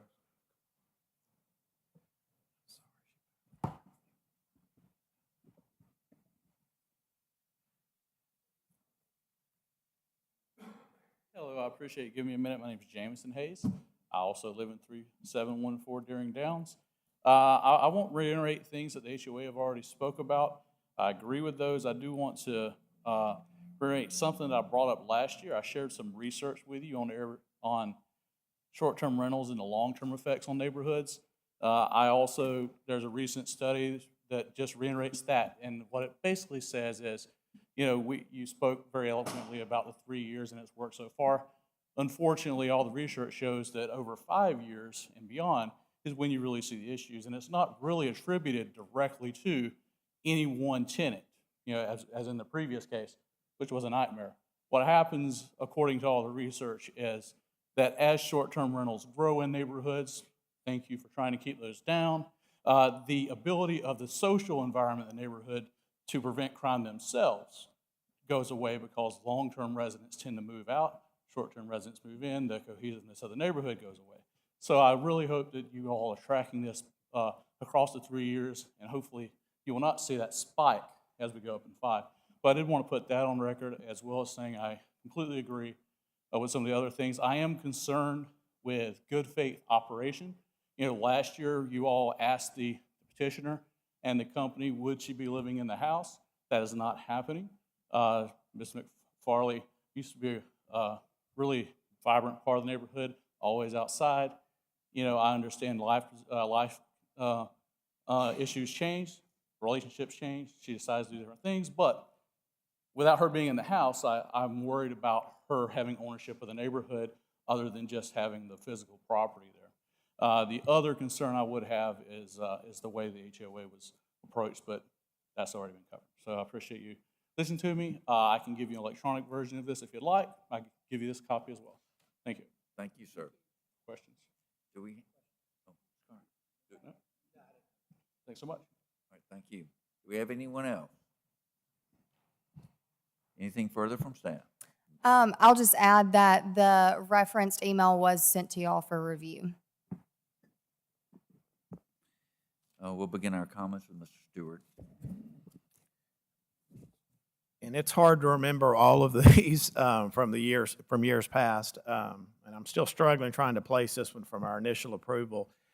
And Chairman Ennis described this in his opening comments when he talked about the different, it's not an exact formula, but some of the reasoning we use in the ordinance that puts forth how many individuals can go to a home. Size of the home, number of bedrooms, adults to a bedroom, number of cars that can be parked off-street, and different city departments and the staff will weigh in on all of those leading up to this for their recommendation. In this instance, again, and we stressed a year ago, especially when there's an outpouring of members of a neighborhood who the fear of the own generally when it's the first time it happens, and I respect that. But when we look at that, if there's a legitimate, valid complaint that could come, a noise complaint doesn't differentiate if it's short-term rental or not. If you're upset with a neighbor or you feel violated in your serenity around your home, that's warranted. You reach out if it goes to that level, if you can't resolve it. So again, it's incumbent upon anyone around it who feels that they have been harmed in any way to reach out to 311, or the police if it's something that's drastic that warrants that. We did receive, Ms. Hayes, did I understand you correctly? You did receive that? Okay. So we received that about 5 cars versus the 2. And that's good. But other than that, there don't appear to be any major issues other than some construction vehicles perhaps parked in the driveway. Based on that, I'm in favor in this scenario. I don't see anything overwhelming like we had in our first case, to deny this petitioner for a renewal. As long as they keep up their business license, et cetera, and paying the appropriate taxes. So based on that and the size of the home, I'm in favor of granting 3 years for 45 nights a year for a total of 8 adults and 4 vehicles. I do remember that night quite well because it's rare that we don't have enough seats for as many people as that come. I do remember the neighbors speaking out. The fact that there have been no written complaints seems that, yes, it has worked in the past. Yes, there are going to be more people there. Hopefully, if there are any complaints, once again, make a complaint. I am in favor of this. I see that this might work. Hopefully, the petitioner will do like she has done in the past and stay on top of anything that might be a problem. I agree with my colleagues. I agree, I'm in favor. I agree with my fellow board members, and, you know, I feel like the neighborhood is definitely watching and making sure, and if there was anything, I'm pretty sure they would have reported it. They seemed like they were with a fine-tooth comb trying to find something to report. So I have no doubt that you're walking a fine line and continue to do so. Whether she still owns the home, so whether she's there or not, as long as she still owns it, I don't think she's required to be at their house a certain number of days. She's just responsible for making sure there's no trouble when she's renting it out for the short-term rental. So I'm in favor. Thank you, Ms. Coley. I will state the motion as follows. In regard to ZBA 5622, to approve the petition of Tasha McFarley for a special exception to allow the short-term rental of property located at 3725 Deering Downs Drive, zoned R1, Council District 6, subject to the following limitations: a maximum limit of 8 adults, a limit of 4 cars parked off the street. The garage must be used. The garage must be used. A limit of 45 nights per year, a limit of 3 years. Accessory structures cannot be utilized, and a business license must be obtained prior to engaging in business activities. Voting with Mr. Stewart. Yes. Yes. Yes. Yes. Yes. That motion is approved. Ms. Hayes, do you think we can consolidate the next 4 cases and make it before 7 p.m.? Sure can. After that, Okay. So we'll do ZBA 57, 58, 59, and 6022. So first we'll do 57, 58, and 59, which are at 1508 7th Street. Jennifer Horn is petitioning for a special exception to allow the short-term rental of the property in a historic district for units A, B, and C, zoned R3H, Council District 4. This is an aerial view of that property as well as the zoning. In addition, 1516 7th Street is also on this property. And here is the 1508 with the units. It is currently under construction, but that construction will be finished in time to attain that inspection and business license within the 6-month period. Here is the driveway itself. I'll go ahead and skip to the pictures of 1516 as well, so you can see it. In addition, there has been an additional driveway that is under construction, has been paved to allow for 6 additional parking spaces. So we will go to the request. So we'll start with ZBA 5722. This is the request for Unit A of 1508. New short-term rental request. This condo is 3 bedrooms and 3 bathrooms. Again, the petitioner has stated that those 6 additional parking spaces are there. No violations found or complaints received. They are requesting 4 vehicles and 8 adults for this. Staff recommends 3 vehicles and 6 adults. How many questions about this one? Go ahead. Okay, so Unit B, it is 2 bedrooms and 2 bathrooms. They are requesting 3 vehicles and 6 adults. Staff recommends 2 vehicles and 4 adults. And Unit C, it is also 2 bed, 2 bath. They are requesting 3 and 6, and staff recommends 2 vehicles, 4 adults. And finally, 1516, it is 4 bedrooms and 3 bathrooms in this house. They are requesting for 6 vehicles and 12 adults. If approved, staff recommends 4 vehicles and 8 adults. And the parking is. The parking will also be utilized as well. Both properties are owned by the same. What I don't want to see is more than 8 vehicles parked in that circular drive. Mhm. So, but the rear parking area has been paid. It has. So we're going to limit the parking in the circular drive to 8 vehicles. Is that correct, Mr. Gardner? Yes, sir. Okay. Does everybody understand what we're doing now? Yes. And those 8 vehicles allow in the semicircle that enter the street in one way, and that allows enough room to get around them. If you moved a car, you could drive the interior and then have the cars parked against the curb. Yeah, that's the concept, is the cars will be parked along the northern or outer edge of that semicircle and leaving the interior lane for a car to back out and leave, or a car to just completely pass all the parked vehicles. And then is it 6 in the back in addition to that, the new parking? I've not seen a layout of the new parking. I know they said they were going to build. Why don't, we could say in regard to 60, that there will be no parking in the circular drive, all parking will be in the rear. Would that do it? And that way, 57, 58, 59 would total 8 vehicles, and they could park in the circular drive, but 60 would have to be in the back. Well, I- or what about if we Probably have easier enough just- parks, once the petitioner gets up, if we have enough total parks to meet staff recommendation? Is that what we're looking at? So we're needing 11 parks based on what they're saying, and you're saying they have 14 parks? Is that what the petitioner's going to? No, I'm, Approximately in conjunction with the 8 that could go in the driveway, we would have the 6 additional that could be in the back, so 14. Okay. Mhm. So, Mr. Gardner, how would you recommend we divvy up the parking space? the total number of cars based on the staff recommendations is 11. That would be if all the short-term rentals were rented at the exact same time.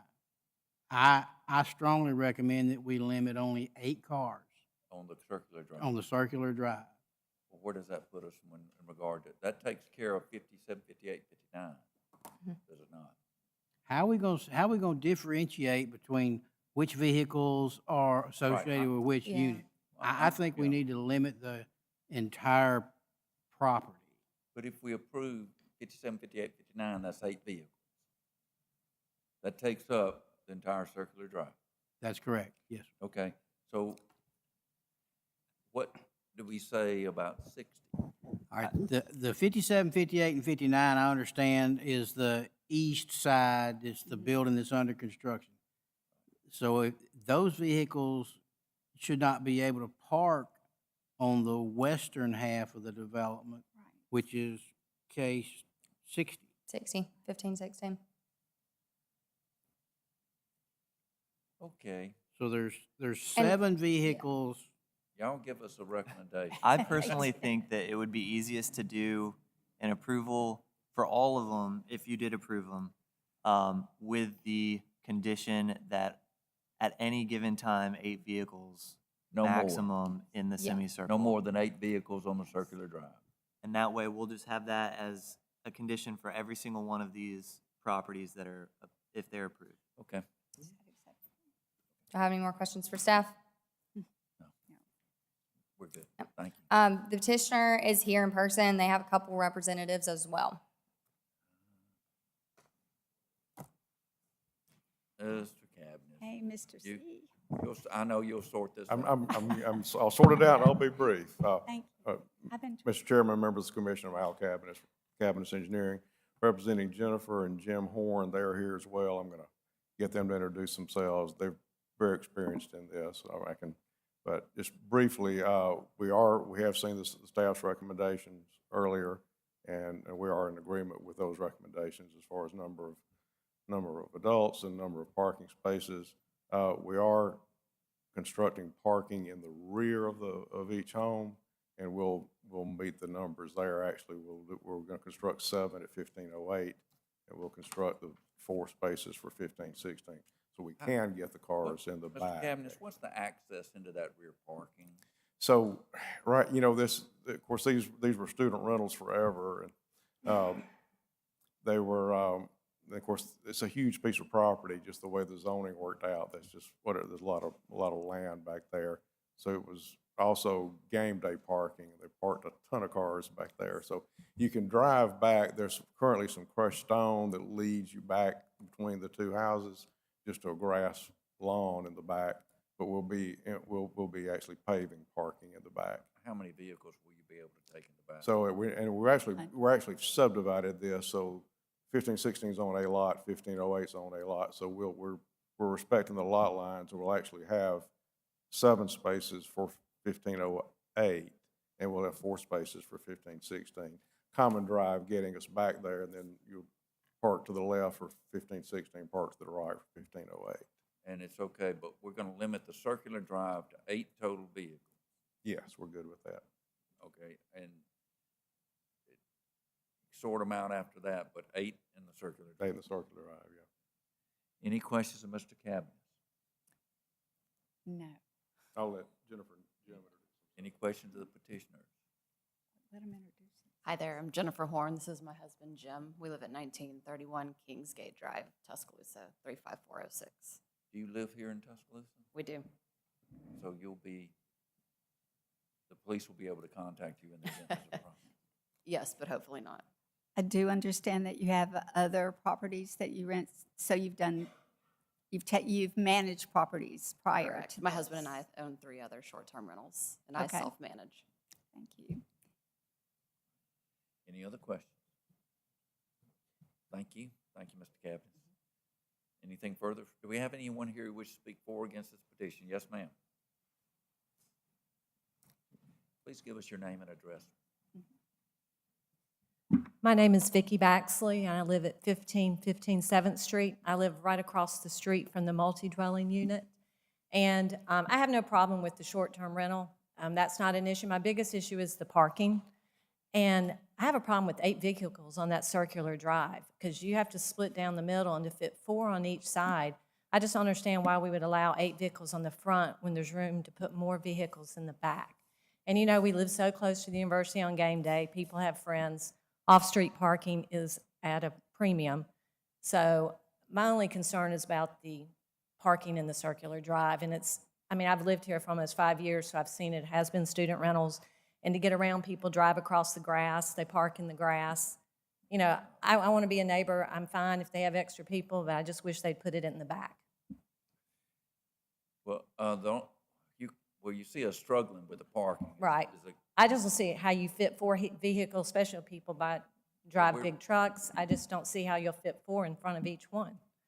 Well, 8 total in that circular drive. Right, but it's cut down the middle to get to the We're back. not cutting anything down the middle. The driveway is cut in the middle. It's a circular drive with the driveway down the middle. Ms. Hayes, can you pull up an aerial or anything that somewhat shows So that? they have to come in from either side of the circular drive to get to the back parking. And you see 2 Yeah. vehicles in that picture already parked. That's the way they'll get to the back. Right. Right. It's almost like a street to get to the back, but it's their circular drive. So you don't think they can get 8 vehicles on that circular? I mean, you can do it, but I mean, I just don't see the need for it when you have all the room in the back. I don't understand.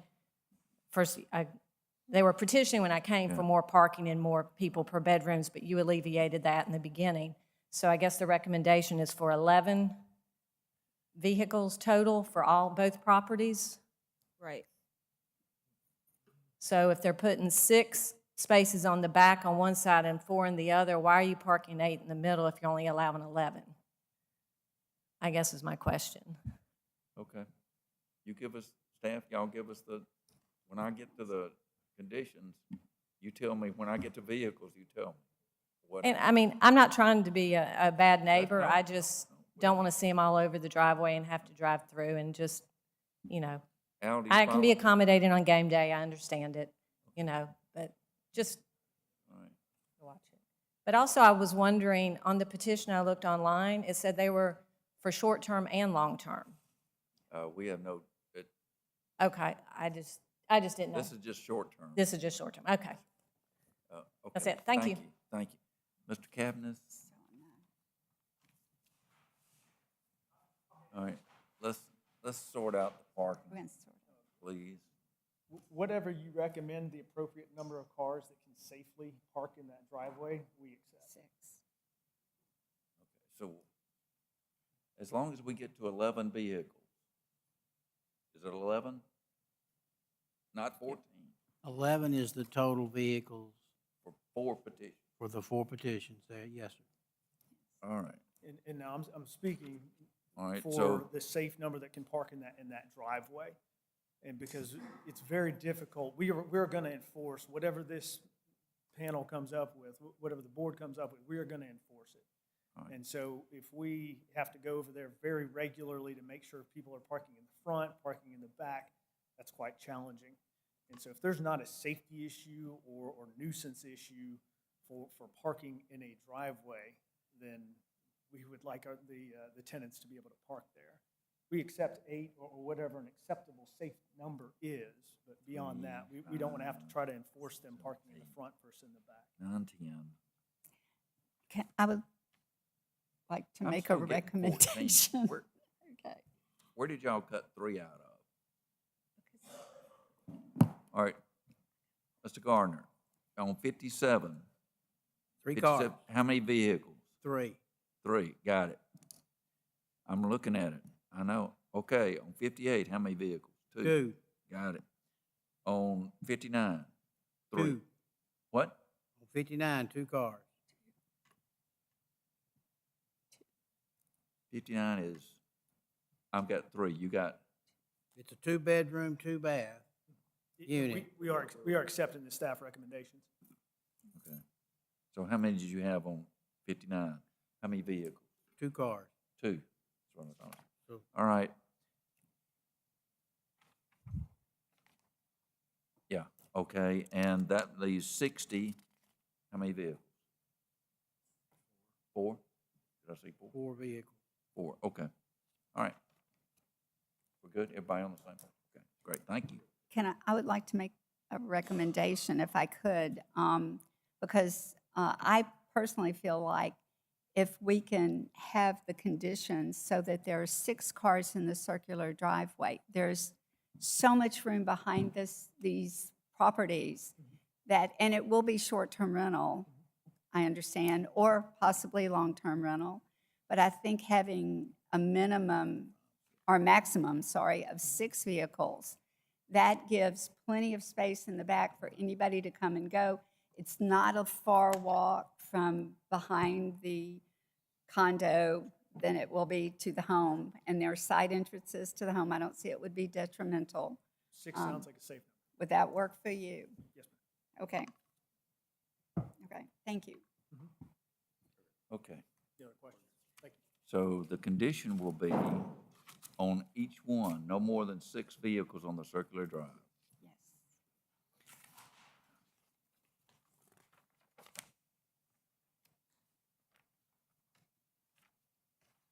All right, we'll begin our comments with Mr. Stewart. Yeah, this is a unique parcel. Or parcels, I guess. It's fairly large for such a dense area around campus. It's historic. And I think it's going to be a good finished product and a good fit for that area. And based on what the petitioner and their representative has come before us on the parking that's being created in the rear, along with what we've discussed ad nauseum on the semicircle, I'm comfortable with staff's recommendations for each specific petition, which we'll be voting on, that parking. Let's say I'm voting in favor of all 4. I'm also in agreement. I appreciate the petitioner's understanding that 6 cars in the front is really plenty, because there is so much space in the back. If there wasn't enough space in the back, then we could deal with this a little differently, I believe. I have no problem with any of the recommendations from staff. I agree. I agree as well. I'm in agreement as well. Okay, there'll be 4 motions and 4 votes, and I'm correct me if I get anything wrong. In regard to ZBA 5722, to approve the petition of Jennifer Horn for a special exception to allow the short-term rental of property in a historic district located at 1508 7th Street, Unit A, zoned R3H, Council District 4, subject to the limitation of 6 adults, 3 vehicles, 30 nights a year, 1 year. Accessory structures may not be occupied. Did I say 3 vehicles? 3 vehicles. A business license must be obtained prior to engaging in short-term rental operations, and no more than 6 vehicles on the circular drive at any time. Voting, Mr. Stewart. Yes. Yes. Yes. Yes. Yes. In regard to ZBA 5822, to approve the petition of Jennifer Horn for a special exception to allow the short-term rental of property in a historic district located at 1508 7th Street, Unit B, zoned R3H, Council District 4, subject to the limitations of 30 nights a year, 1 year, a limitation of 4 adults, 2 vehicles. Accessory structures may not be occupied, and a business license must be obtained prior to short-term rental operations. No more than 6 vehicles on the circular drive at any time. Voting with Mr. Stewart. Yes. Yes. Yes. Yes. Yes. In regard to ZBA 59-22, to approve the petition of Jennifer Horn for a special exception to allow the short-term rental of property in a historic district at 1508 7th Street, Unit C, zoned R3H, Council District 4, subject to the following conditions: a limit of 4 adults, a limit of 2 vehicles. Accessory structures may not be occupied at any time. A business license must be obtained prior to engaging in short-term rental operations, and no more than 6 vehicles on the circular drive at any time. Voting with Mr. Stewart. Yes. Yes. Yes. Yes. Yes. In regard to ZBA 6022, to approve the petition of Jennifer Horn for a special exception to allow the short-term rental of property in a historic district located at 1516 7th Street, zoned R3H, Council District 4, subject to the following conditions: a limit of 8 adults, a limit of 4 vehicles, a limit of 30 nights a year, a limit of 1 year.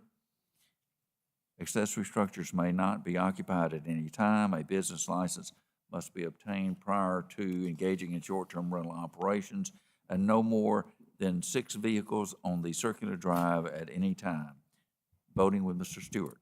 Yes. Yes. Yes. Yes. All the petitions 57 through 60 passed.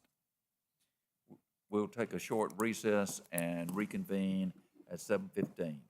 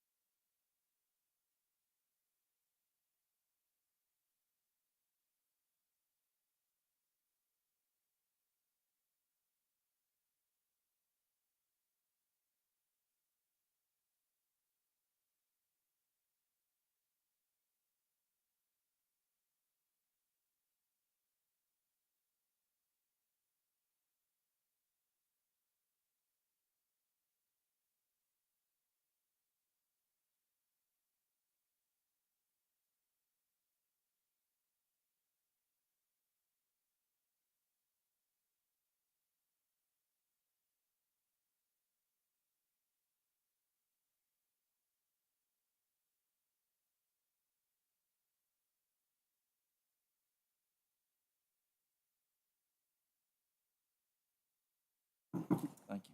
Okay, we'll move on. So the next two cases are both in the Traditions condos, just to give you a heads up. ZBA 6122 Dindy Investment Group LLC petitions for a special exception to allow the short-term rental of a property located at 3218 Veterans Memorial Parkway in Unit 2303, zoned R4, Council District 5.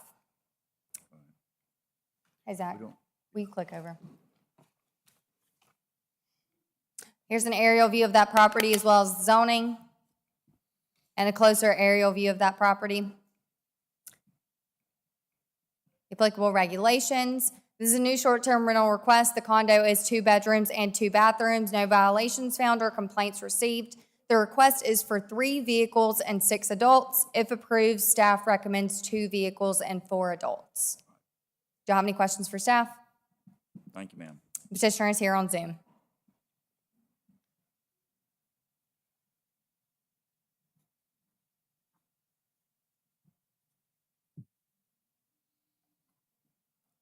Ms. Grodner. Hello? Hello? No, it's Mike Dendy, the Dendy Investment Group. I didn't again. Okay, all right.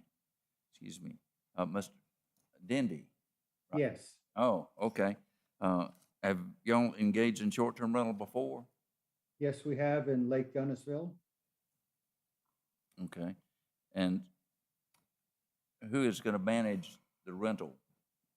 We are going to manage it. We currently have another unit there at Veterans Memorial, and Space Management is currently doing it long-term for us. So he'll be on call if needed. We're about an hour and a half away in Gunnisville. You said you had a unit there and already have a short-term rental there. Is that right?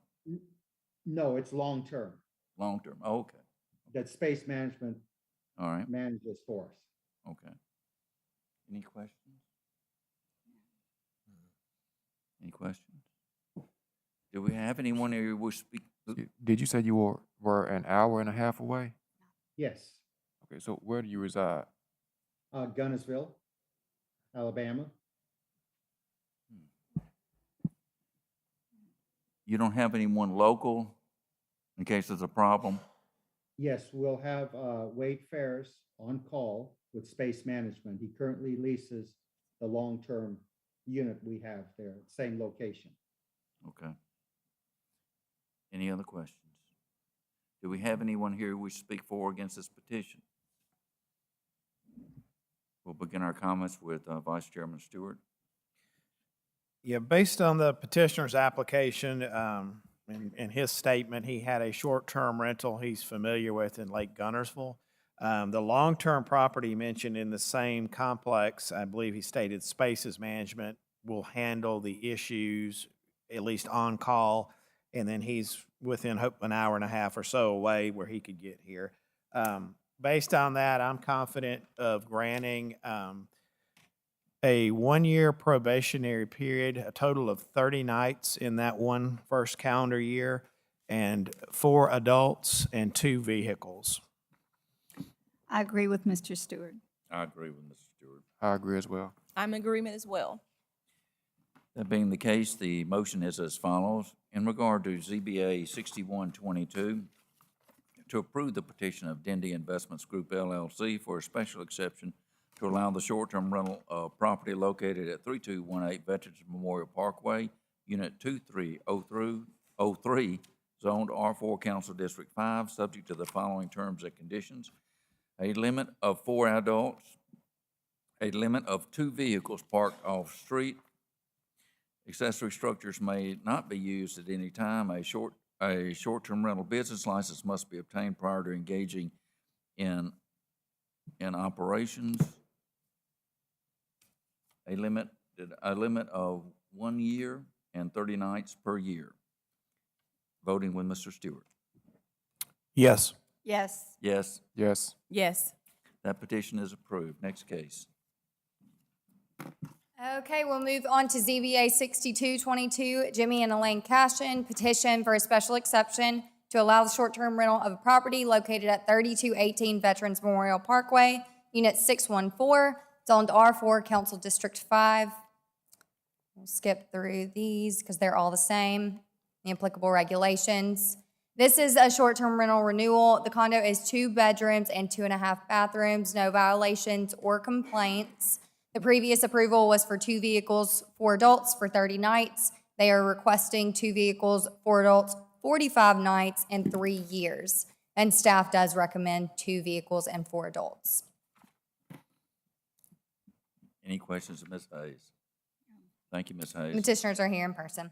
Okay. I'm Jimmy Cashin, P.O. Box 1476, Hamilton, Alabama. It's my wife, Elaine. She was with you last year on the 28th of June, and we're here for hopefully a couple extra years from last year. And days, yeah, 45 rather than 30. You're asking for the same thing you had, 4 adults, 2 people. Yes, sir. Any questions of the Cashin? How did last year's rental period We go? didn't give up with Airbnb until probably after the first year, so we had 2 nights. We had graduation weekend, and we got a good review of our tenants. We're so, kind of late getting started. Yeah, we're a little slow. Yeah, we took advantage and used the condo during football season. Put it on Airbnb. I don't blame you for that. We'll probably do that again this year. Well, no, we've already got some. Yeah, we've got a few of the cupcake weekends we think rented out. The SEC games will be. No, that's wrong. Nope, I'm good. Well, yeah. Thank you. Thank you. That's Thank right. you. It's fine. I'm listening. Thank you. Do we have anyone here who wishes to speak for or against this petition? We'll begin our comments with Mr. Stewart.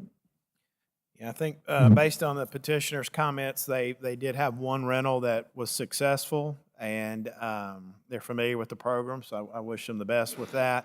In consideration of granting the renewal, I'm in favor of a 3-year period for a total of 45 nights in each calendar year, with 4 adults and 2 vehicles. I agree with Ms. Stewart. I as well. I agree. I'm in agreement. Thank you. That being the case, the motion is as follows. In regard to ZBA 6222, to approve the petition of Jimmy and Elaine Cashin for a special exception to allow the short-term rental of property located at 3218 Veterans Memorial Parkway, Unit 614, zoned R4, Council District 5, subject to the following limitations: a limit of 4 adults, a limit of 2 vehicles parked off-street, a limit of 3 years, and a limit of 40 nights per year. Accessory structures may not be occupied at any time, and a business license must be obtained prior to engaging in short-term rental operations. Voting with Vice Chairman Stewart. Yes. Yes. Yes. Yes. Yes. That petition is approved. Next case. Okay, so ZBA 6322, Elite Signature Properties LLC petitions for a special exception to allow the short-term rental of a property at 523 43rd Street, zoned BN, Council District 7. Here's an aerial view of that property as well as the zoning, and a closer aerial view of that property. View of the street, or from the street, excuse me. Applicable regulations. This is a short-term rental renewal. The house is 4 bedrooms and 2.5 bathrooms, no violations or complaints.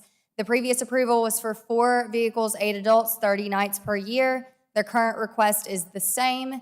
If approved, staff recommends 4 vehicles and 8 adults. They are requesting for 45 nights and 3 years this time. Any questions? Thank you, Ms. Hayes. Petitioners here on Zoom. Ms. Hayes, just a question. Can you go back to the street view?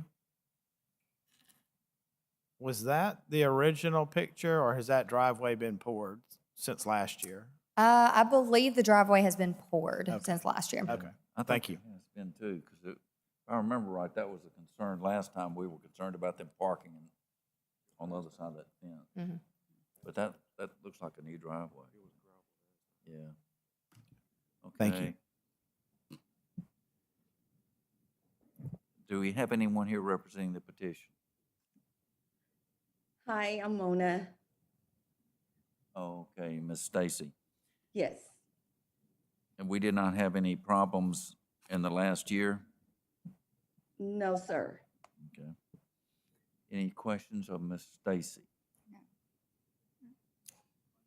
Do we have anyone here who wishes to speak for or against this petition? We'll begin our comments with Mr. Stewart. Yeah, I think in absence of any formal complaints that the city has not received, the petitioner seems to have upgraded the driveway. That all caught our eye there when it was gravel. That was somewhat of an issue prior. So appreciative of that, and I'm in favor of granting. Can you go back to the staff comments, please? Granting a 3-year term for a maximum of 45 nights in each calendar year for a total of 8 adults with 4 vehicles parked off-street. I agree with Mr. Stewart. I agree. I agree as well. I'm in agreement. That being the case, the motion is as follows. In regard to ZBA 6322, to approve the petition of Elite Signature Properties LLC for a special exception to allow the short-term rental of property located at 523 43rd Street, Zone BN, Council District 7, subject to the following conditions. A limit of 8 adults, a limit of 4 vehicles parked off-street, a limit of 3 years, a limit of 45 nights per year. No accessory structures may be occupied at any time, and a business license must be obtained prior to engaging in short-term rental operations. Voting with Vice Chairman Stewart. Yes. Yes. Yes. Yes. Yes. That motion is approved. Next case. ZBA 6422, Harrison Howell petitions for a special exception to allow the short-term rental of a property in a historic district located at 1017 Queen City Avenue, zoned R3H DROD, Council District 4. Here's an aerial view of that property as well as the zoning, and then a closer aerial view of that property. Some nearby short-term rentals, and then a view from across the street. This makes it a little bit easier to see which side of the duplex. This is a duplex. They are focusing on renting. And then just another picture. The applicable regulations. This is a new short-term rental. The duplex is 2 bedrooms and 1 bathroom on the one side. No violations or complaints. Again, the petitioner has stated that they will only use one side for that short-term rental. They are requesting for 1 vehicle and 2 adults. If approved, staff recommends 1 vehicle and 2 adults. Any questions? Thank you, Ms. Petitioner is here on Zoom. Ms. Hayes, we did receive some, Yes, we received 2 written comments in opposition and 1 in support. And I'm sorry about the misspeak. The petitioner is here in person. And there's no problem with the duplex and then the other side being occupied. Thank you. Yes, sir. Hello, Harrison Howell. I live at 1013 Queen City Avenue, So you live here? right next door to it. Right next door. Oh, that's right. Okay. Have you engaged in short-term rental operations? I have not, but some other people at our company have. You have? I have not, but other people that will be working in the property management division of our company have. Okay. Do you live here in Tuscaloosa? I do. So in the event there's need to contact you, I will be right next door to them. oh, you're right next door. And you're still going to list some rules and regulations? Yes, of course. And may I ask at this time, could the staff recommendation be amended to 4 adults and 2 vehicles? There's ample parking in the back. The previous tenant actually had 3 cars while he lived there, and I do not believe there was any reports against that. So you want to make it 4 adults and 2 vehicles? Yes, sir. Staff recommendation? When you say there's ample parking in the rear, will any vehicles have to be moved to get a vehicle that parks in the rear out? No, sir. So how it actually works is you'll see that's 1 parking spot right there in the front of the house. And then you'll go back to a gravel lot where tenants in 1013 and 1011 park. And behind the duplex, there's also parking. There's currently an old truck parked back behind that house and an old Audi. And so that leaves 2 spots behind there for it and then that spot at the front. Here's my reaction to that. You know, we have analyzed the case based upon your request. Yeah, I understand. I And apologize. so sort of springing that on us at this time, my reaction is, let's try it for a year on probation, the way you requested, and see how it works. Yes, sir. By that time, you can develop the concept of another car back there, because our staff hasn't had a chance to look at any of that. Okay. And we will next year. All right. I understand. Okay. And Mr. Howell, so there's the duplex on the right, which you're referencing. Yes, sir. One of those units in the duplex. Yes, sir. In the red brick. The house to the left with the shared drive, that's all part of one parcel, the two homes? Correct. Okay, so you've got is it long-term rentals next door? Yes, sir. Who are going to be sharing that with what you're asking for, potentially? Correct. Okay. Yeah, I'm in favor of Chairman Ennis's comments. Let's start with how the petition is specified, because that's how it's been reviewed by staff, and that gives you a year to kind of feel it out and see how it goes. You can come back to us. All right. Okay. Thank you, Mr. Howell. Thank you. Do we have any more questions? I'm sorry. Do we have anyone here who wishes to speak for or against this petition? We'll begin our comments with Vice Chairman Stewart. Yeah, based on the petitioner's comments, he lives very close by, next door, so which is a good thing. Keep eyes on the property. Also, and I believe you stated in the property management side of it, there are some individuals who have had experience in this, so I hope that bodes well to being attentive to any issues that may occur. Based on all of that, I'm in favor of granting what the petitioner and staff in the original petition, along with staff's comments, of 2 adults, 1 vehicle for a probationary year, first year, and with a maximum of 30 nights in that year. I agree with Mr. Stewart. I agree. I agree as well. I'm in agreement.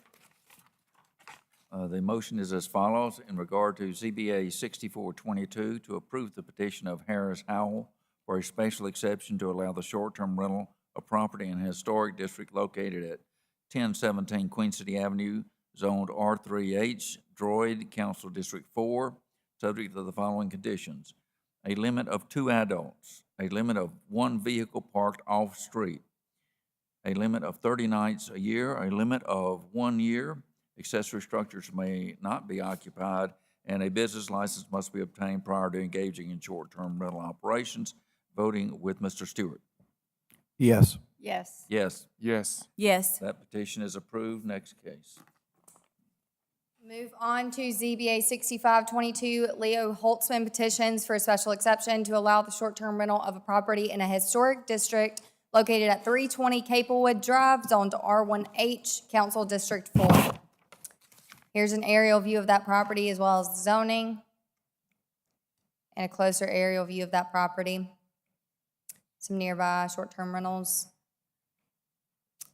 A view from the street, and then driving back into the driveway and the rear. This may look familiar because this was previously approved not that long ago under separate ownership. The applicable regulations. This is a new short-term rental. The house is 5 bedrooms and 4 bathrooms, no violations or complaints. The request is for 4 vehicles and 10 adults. If approved, staff recommends 3 vehicles and 6 adults. Have any questions for staff? Nope. 3-6. 3-6. Is that what was approved a year ago? Mhm. Okay. It was. And I believe that had to do with the parking situation. Am It I did, correct? having to move the I cars to remember get out. this case. I remember this from last time. Okay. Thank you. Thanks. Petitioner is here on Zoom this Wow. time. But this is not a renewal, this is a new one. Right. Okay. Okay. Yeah. You remember this? Yeah. Okay. On Zoom. Hello. Hey, how's it going? Oh, okay. Yeah, so I just wanted to start to be able to short-term rental. I just bought the property, and then for my request, I asked because we plan on building out the driveway in the back, so that way we could have 4 cars easily parked there without having to, move one to get the other in there. Well, Mr. Holtzman, we, in the previous owner, we were very concerned about that narrow driveway. And I think 6 adults and 3 vehicles, because Caplewood is already congested as it is, and we cannot afford to have people pulling in and out and moving around on short-term rentals into the street. So that's my feeling. Anybody else? Okay, understood. I mean, if we were able to build out that backspace driveway, so, they could, get out of the 2 garages or park in the backyard, would that suffice that if we, for next year when we renewed it and just go with what we have now? Mr. Holtzman, what experience do you have in short-term rental? None specific. I mean, I've rented from Airbnb, and then my fiance is in real estate, so she has some experience in it, but this will be my first short-term rental property. Are you here in Tuscaloosa? Currently not now. Opening a restaurant there. Hopefully we are able to open August 1st. So I'll be moving there Be available. in the next month or so. Would you repeat that? I should be moving there in the next month or so. We're kind of waiting on construction for the restaurant until we move up there. So when you relocate to Tuscaloosa, you will be the primary contact, is that right? Yes. Okay, any further questions of Mr. Holt? Do we have anyone here who would speak for or against this petition?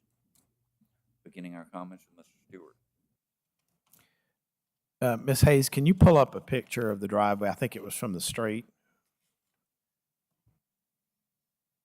Okay, now I'm sorry, from the back, if you don't mind. Okay, all right, thank you.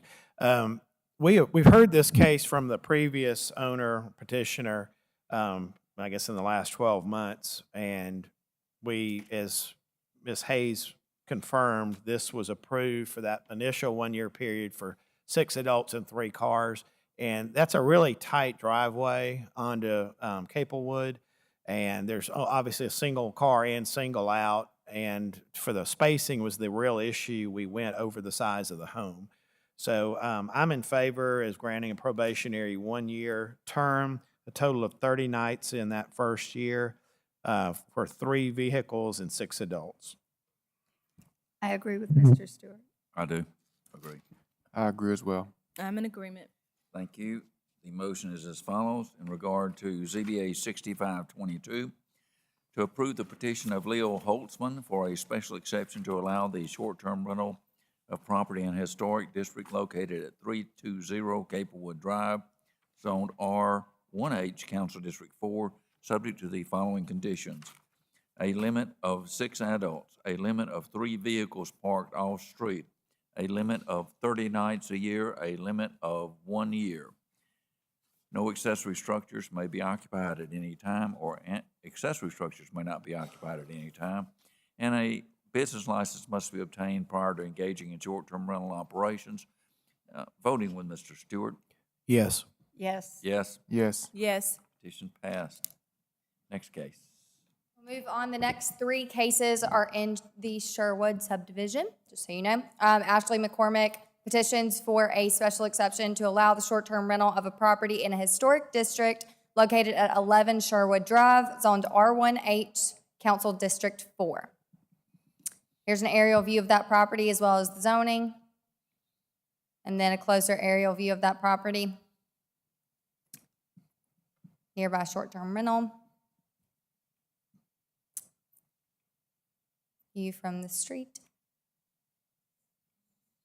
The applicable regulations. This is a new short-term rental request. The house is 3 bedrooms and 2.5 bathrooms. No violations or complaints. The request is for 3 to 4 vehicles and 8 adults. If approved, staff recommends 2 vehicles and 4 adults. Any Any questions? questions? Any questions? Thank you, Ms. Hayes. Did you receive any letters? We did. We received 1 comment in opposition, and the petitioner is here in person. Okay, thank you. Do we have the petitioner?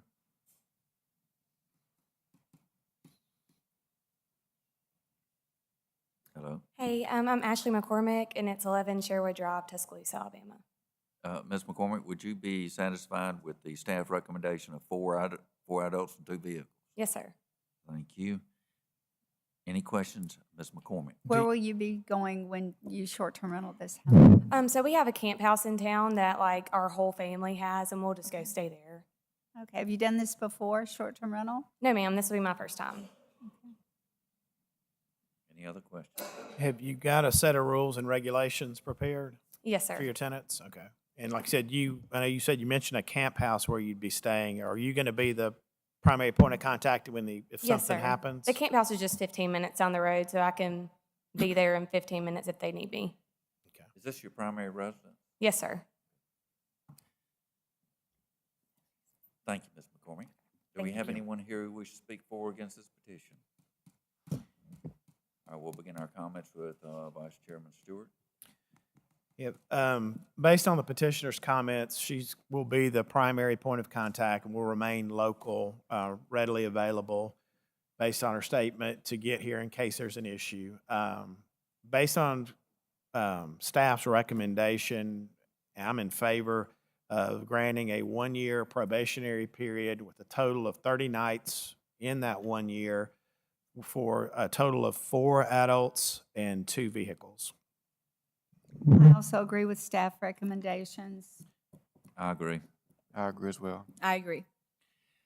The motion is as follows. In regard to ZBA 6722, to approve the petition, 6622, to approve the petition of Ashley McCormick for a special exception to allow the short-term rental of property in a historic district located at 11 Sherwood Drive, Zone R1H, Council District 4, subject to the following conditions: a limit of 4 adults, a limit of 2 vehicles parked off-street, a limit of 30 nights a year, a limit of 1 year, accessory structures may never be occupied, and a business license must be obtained before engaging in short-term rental activity. Voting with Mr. Stewart. Yes. Yes. Yes. Yes. Yes. That petition is approved. Move on to ZBA 6722, Phillips Harding Leach and Cindy Luna, petition for a special exception to allow the short-term rental of a property in a historic district located at 28 Sherwood, zoned R1H, Council District 4. Here's an aerial view of that property as well as the zoning, and then a closer aerial view of that property. Some nearby short-term rentals. Oh, I never could find that one. Okay, go back to it. Yeah. I know the house you're talking about, I just didn't, there was a sign in front of it, was there? Okay. And then here's a view of the properties tucked back in there.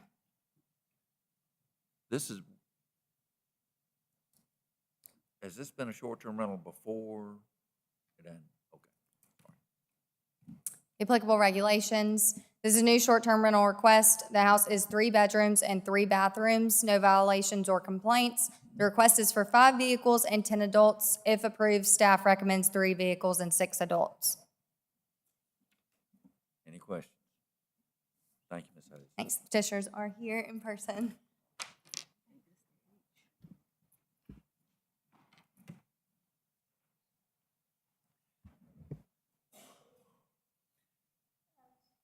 Hello, now you get, now it's your turn. This is my wife, Cindy Luna. I'm Harding Leach. We live at 87 Bald Eagle in Crane Hill, Alabama. Where? Crane Hill, Alabama, Smith Lake. Oh, I know where Crane Hill is. I was on Smith Lake. We bought this property in 2020 as a personal game day house. We used it during the COVID season of 2020 as a personal game day house. Also, 2021. We are petitioning the variance board or the board for variance so that we can use a short-term rental when we're not using the house.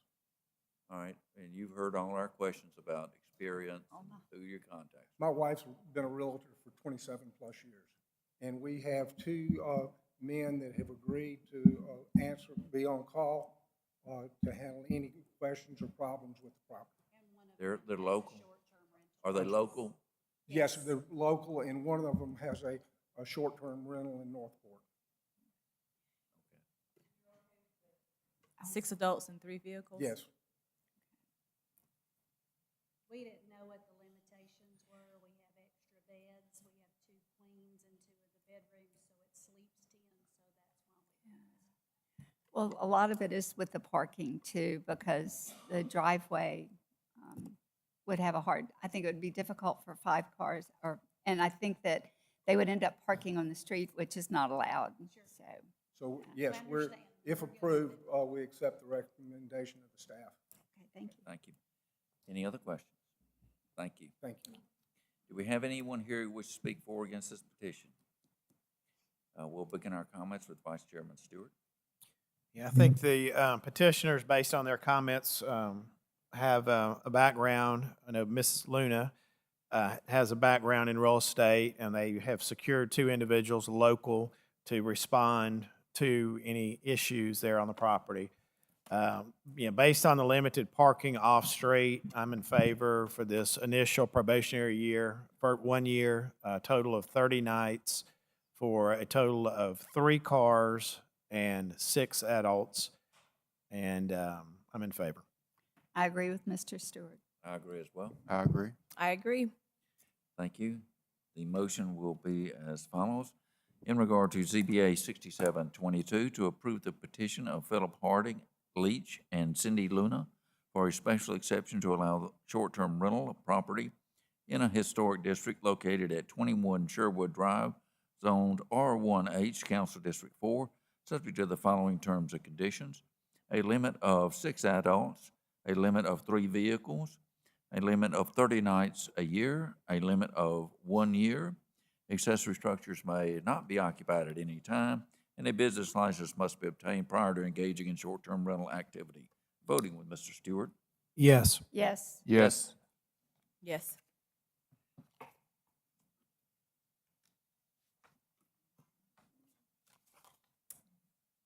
Okay, we'll move on. So the next 5 are by Kim Roberts with Bama B&B. They're petitioning for a special exception to allow the short-term rental of property in a historic district in 9 Sherwood Drive, R1H, Council District 4. It's an aerial view of that property as well as zoning, just 2 doors down is what was just approved. And a view from the street, view of that driveway. Applicable regulations. This is short-term rental renewal. The house is 4 bedrooms and 3 bathrooms, no violations or complaints. It was previously approved for 4 vehicles, 8 adults, 30 nights. They are requesting for 4 vehicles, 8 adults, and 45 nights, as well as 3 years. If approved, staff recommends 4 vehicles and 8 adults. I have any questions for staff? Thank you, Ms. Hayes. We didn't receive any comments, and the petitioners are here in person.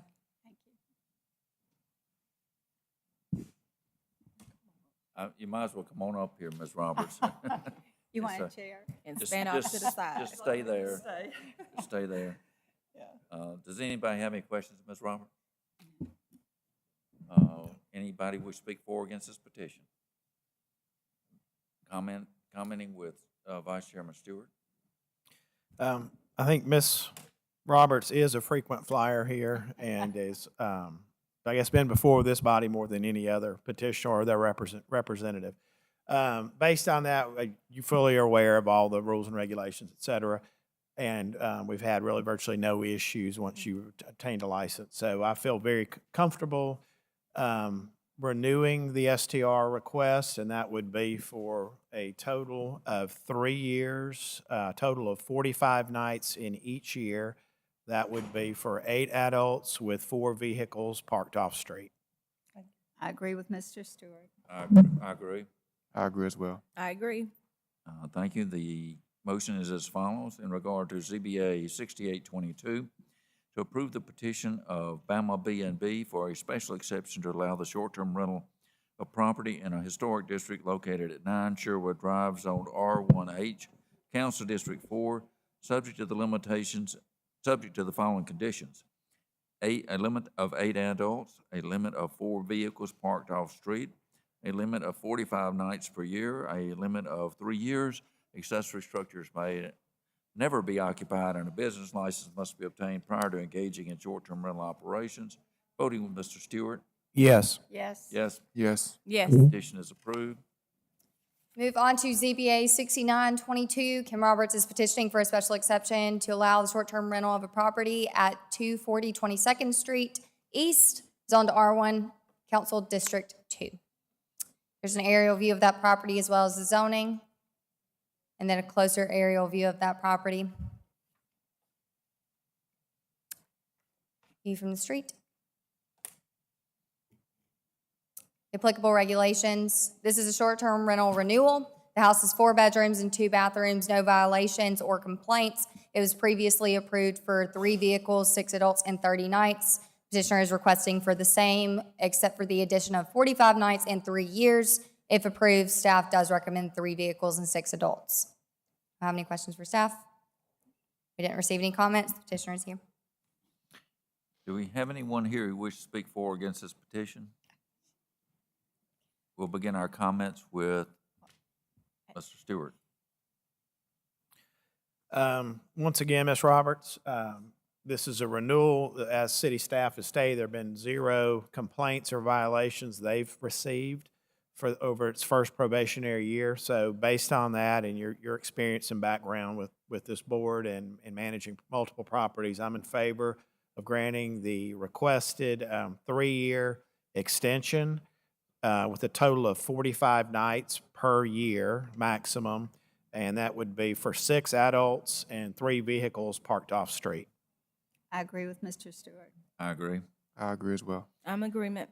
Thank you. That's being the case, the motion is as follows. In regard to ZBA 6922, to approve the petition of Bama B&B for a special exception to allow the short-term rental of property located at 240 22nd Street East, zoned R1, subject to the following conditions: a limit of 6 adults, a limit of 3 vehicles parked off-street, a limit of 45 nights per year, a limit of 3 years, accessory structures may never be occupied at any time, and a business license must be obtained prior to engaging in short-term rental operations. Voting with Mr. Stewart. Yes. Yes. Yes. Yes. Yes. Okay, we'll move on to ZBA 7022. Kim Roberts is petitioning for a special exception at 508 23rd Street, zoned R1, Council District 2. Just an aerial view of that property as well as zoning. This is also 5 Rosemont Drive for the confusion.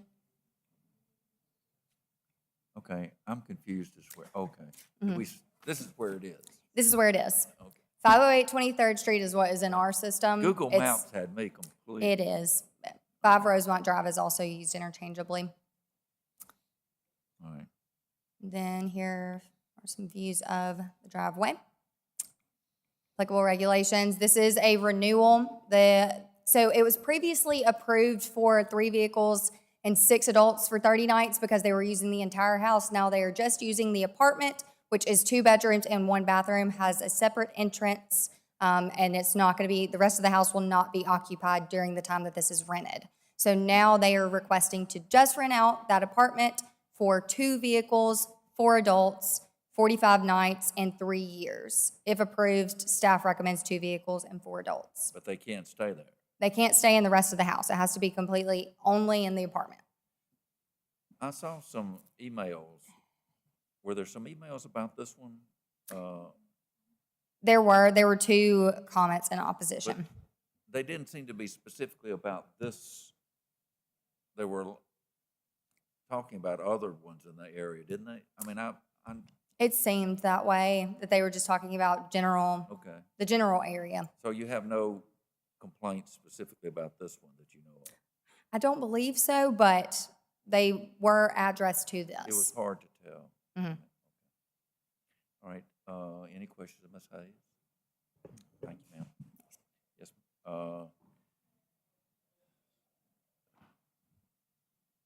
so the request is 4-2. All right, anybody wish to speak for or against this petition? Just a question. I know it's a renewal, Ms. Hayes explained, but tell us again the layout of the house and how they're doing that. This is an owner-occupied property, and whenever we book the lower level out to them, they leave and go to their farmhouse. So we're just doing the apartment. on So the the access, I guess, is locked on the interior That's to correct. the upstairs? That's correct. Okay. It doesn't even have any access from the point. You have to go in through the front door to be able to get into that upper part of the house. Okay. All right, thank you. So it has its own door on the bottom level. Okay, thank you. Uh-huh. Do we have anyone who wishes to speak for or against this petition? We'll begin our comments with Vice Chairman Stewart. I think based on staff's report, there have been no violations reported here, complaints received. Based on that, and actually the ask is changed, but it's reducing, so therefore we're reducing potentially any large crowds or negative impact if the petitioner's clients follow along with the guidelines. So all that being said, I'm in favor of granting the renewal for a 3-year period, and that's a maximum of 45 days in each year, with a total of 4 adults and 2 vehicles parked off-street. As I recall, the letters in opposition were merely in general short-term rentals that had nothing specific to do to this. I am also in agreement with this. I agree. I agree. I also agree. Thank you. The motion is as follows. In regard to ZBA 7022, to approve the petition of Bama B&B for a special exception to allow the short-term rental of property located at 508 23rd Street, zoned R1, Council District 2, subject to the following conditions: a limit of 4 adults, a limit of 2 vehicles parked off-street, a limit of 45 nights per year, a limit of 3 years, accessory structures may never be occupied, and a business license must be obtained prior to engaging in short-term rental activity. Voting with Mr. Stewart. Yes. Yes. Yes. Yes. Yes. Next case. Move on to ZBA 7122. Kim Roberts is petitioning for a short-term rental at 1415 13th Street East, zoned R2, Council District 5. Here's an aerial view of that property as well as the zoning, and then a closer aerial view of the property.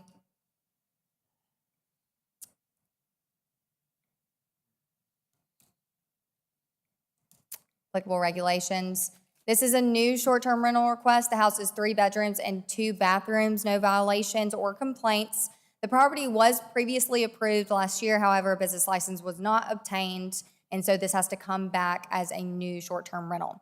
The previous approval, just for your information, it was for 3 vehicles, 6 adults and 30 nights. The request now is for 3 vehicles, 6 adults and 45 nights. If approved, staff recommends 3 vehicles and 6 adults. And we received 2 written comments in opposition.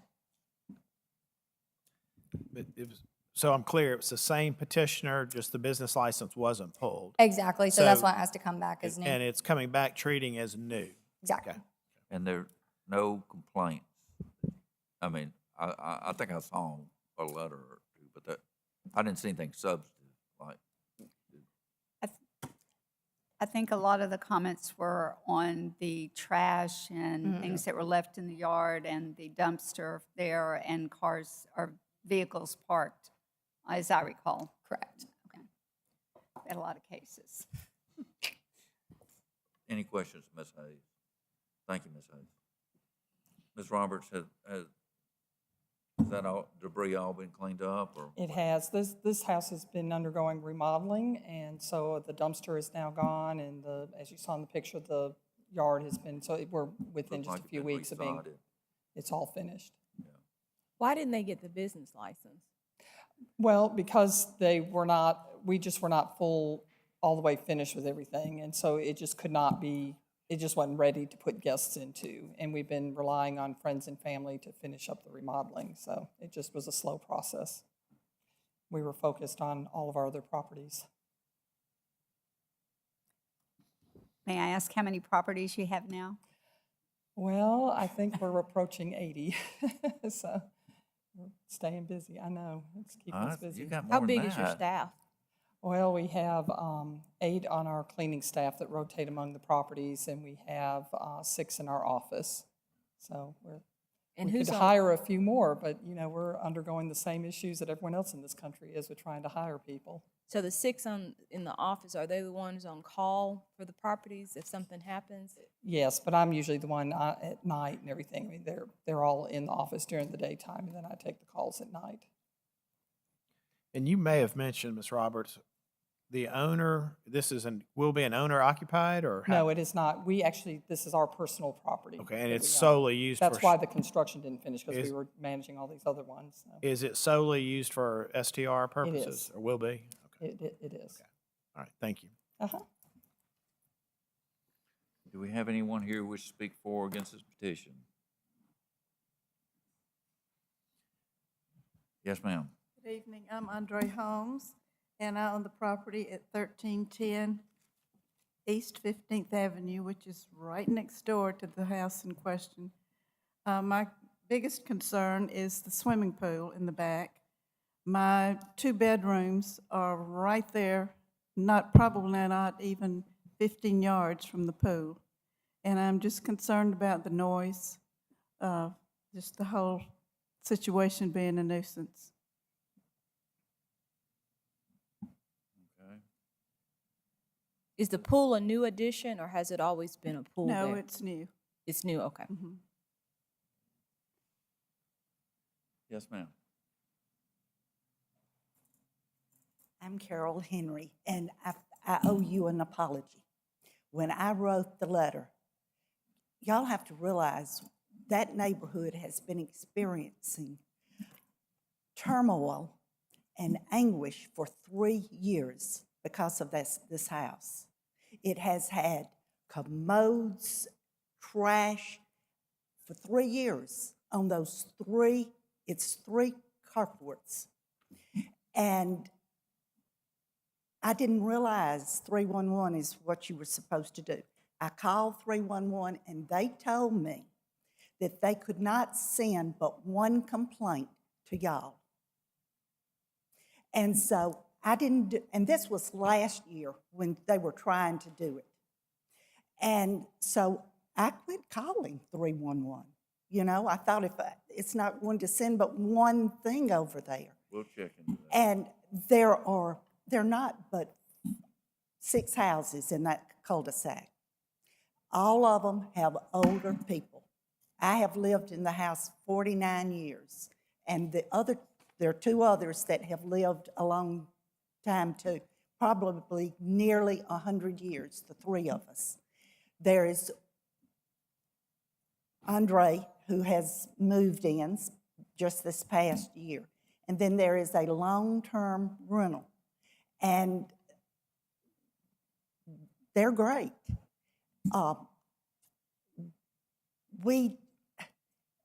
The contractors have blocked, it's a circle. They have blocked 1 street, and the garbage trucks can't get our garbage. And so we have to haul our garbage down and find them and take it to them. And it's been a nightmare, just a nightmare. She has called y'all because of a conflict with the property line and the fence. And y'all sent someone out and they said that y'all didn't do that. Well, who is responsible for her? It's been 3 years and she has shown us that she can't be trusted. Who is she? Ms. Roberts. And so who do we go to? You know? Well, ma'am, I understand anytime you don't feel you're getting, and rightfully so, as I would be, you know, as a citizen here. But if there's some confusion, I think maybe after this meeting, and we're very close to winding up, if you would have a word with Ms. Hayes and Mr. Pons, I think they can help steer you for the whatever specific issues outside of what we're hearing, and hopefully that will help. But just one question. I know you mentioned an extended period of frustration over garbage, contractors, et cetera.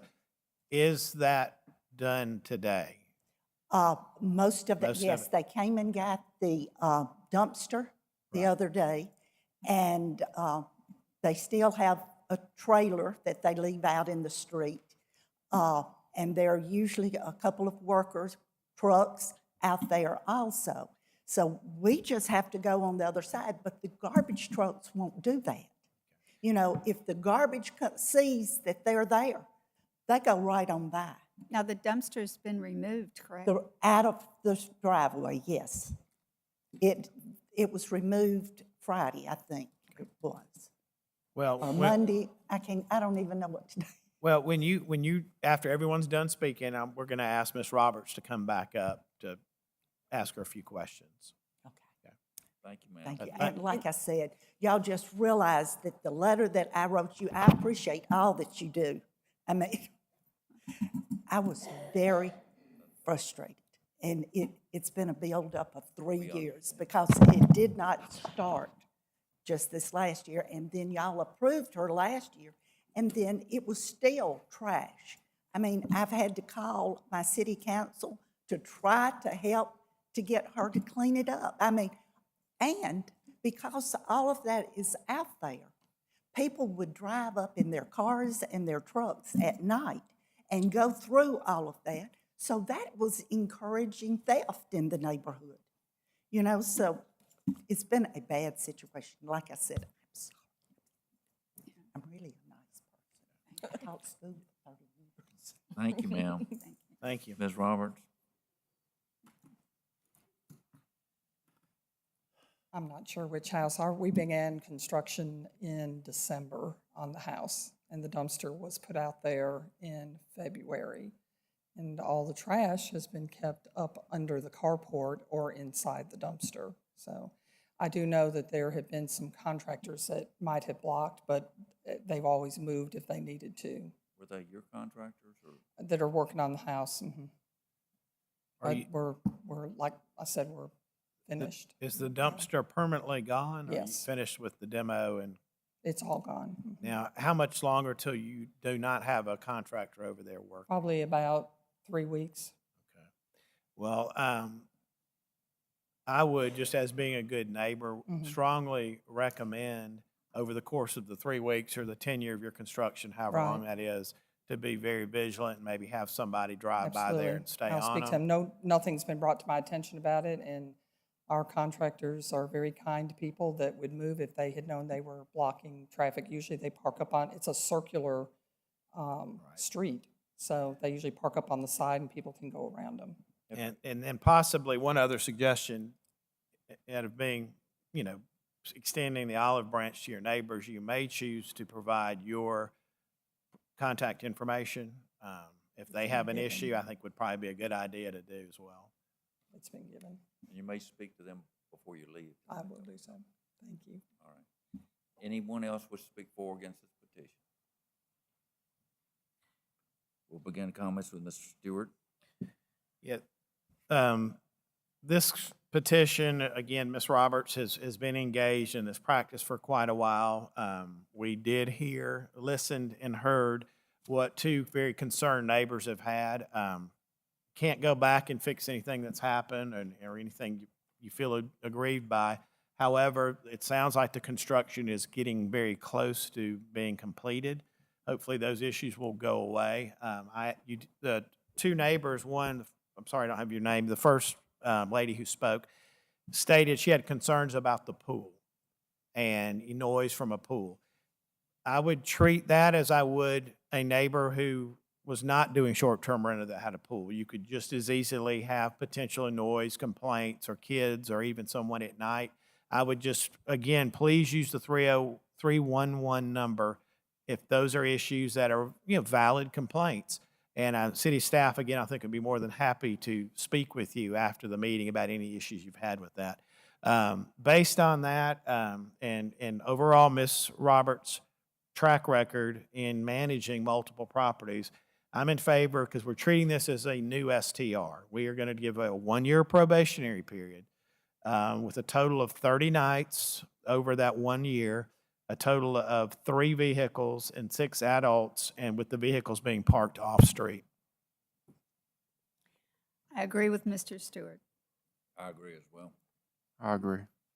I agree as well, and I say to the neighbors, please use 311 and complain about the garbage situation and let that be known, and then utilize it. And I think you can do more than one complaint. So make sure you call back and let it be known. And if you have problems with the short-term rental, make sure you report that, because that's what we use, the documentation from 311, when it comes to denying rentals, short-term renewals, and so forth.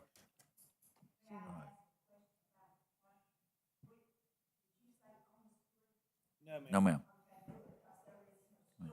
Yeah, it's only off-street only. Right. And we're going to get to the bottom of the 311 issue.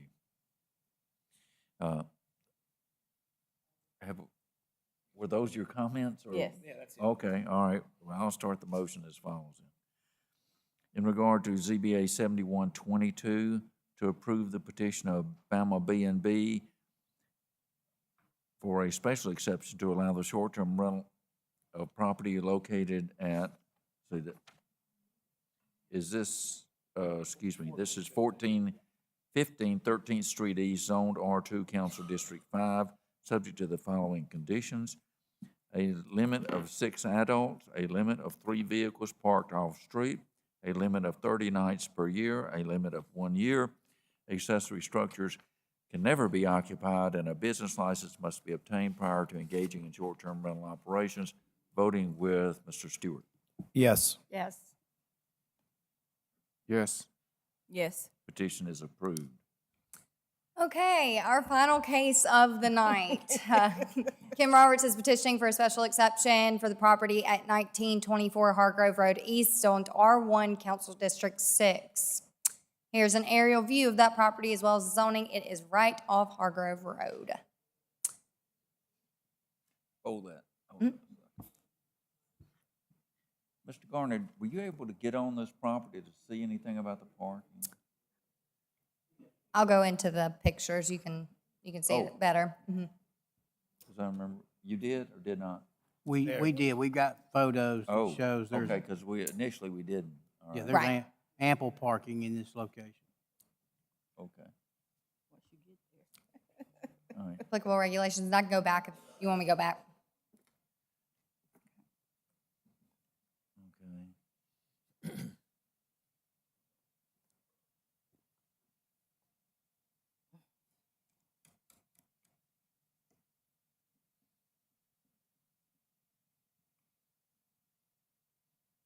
Okay. Okay. You got it.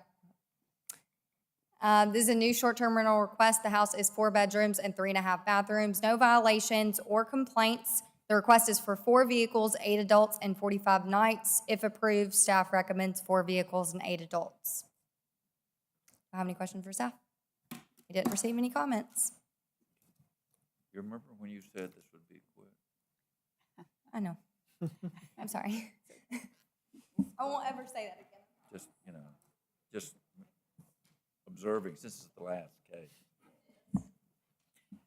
Okay, do we have anyone here who wishes to speak for or against this petition? Oh, me? Do you? No, we're waiting for her. She doesn't, I'm not complaining. It does sit on its own Oh, do you private have a acre. question, Ms. Ross? No. I didn't think so. Does anybody have a question, Ms. Ross? I didn't think so. So I went right to, does anybody wish to speak for or against? Okay.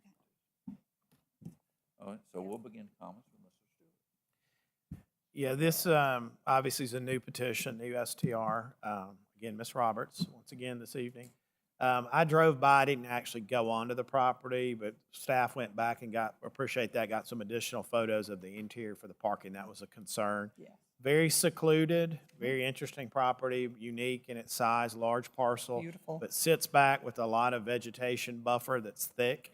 So that helps to minimize noise and issues of such for neighbors, and they have some cushion around them. So I'm in favor of granting the new STR for a 1-year probationary period for a total of 30 nights in that year, with a total of 8 adults and 4 vehicles parked off-street. I agree with Mr. Stewart. I do too. I agree. I agree. The motion is as follows in regard to ZBA 7222 to approve the petition of Bama B&B for a special exception to allow the short-term rental of property located at 1924 Hargrove Road East, zoned R1, subject to the following conditions: a limit of 8 adults, a limit of 4 vehicles parked off-street, a limit of 30 nights per year, a limit of 1 year. Accessory structures may never be occupied, and a business license must be obtained prior to engaging in short-term rental operations. Voting with Mr. Stewart. Yes. Yes. Yes. Yes. Yes. Any further business? We're adjourned. Thank you. Oh.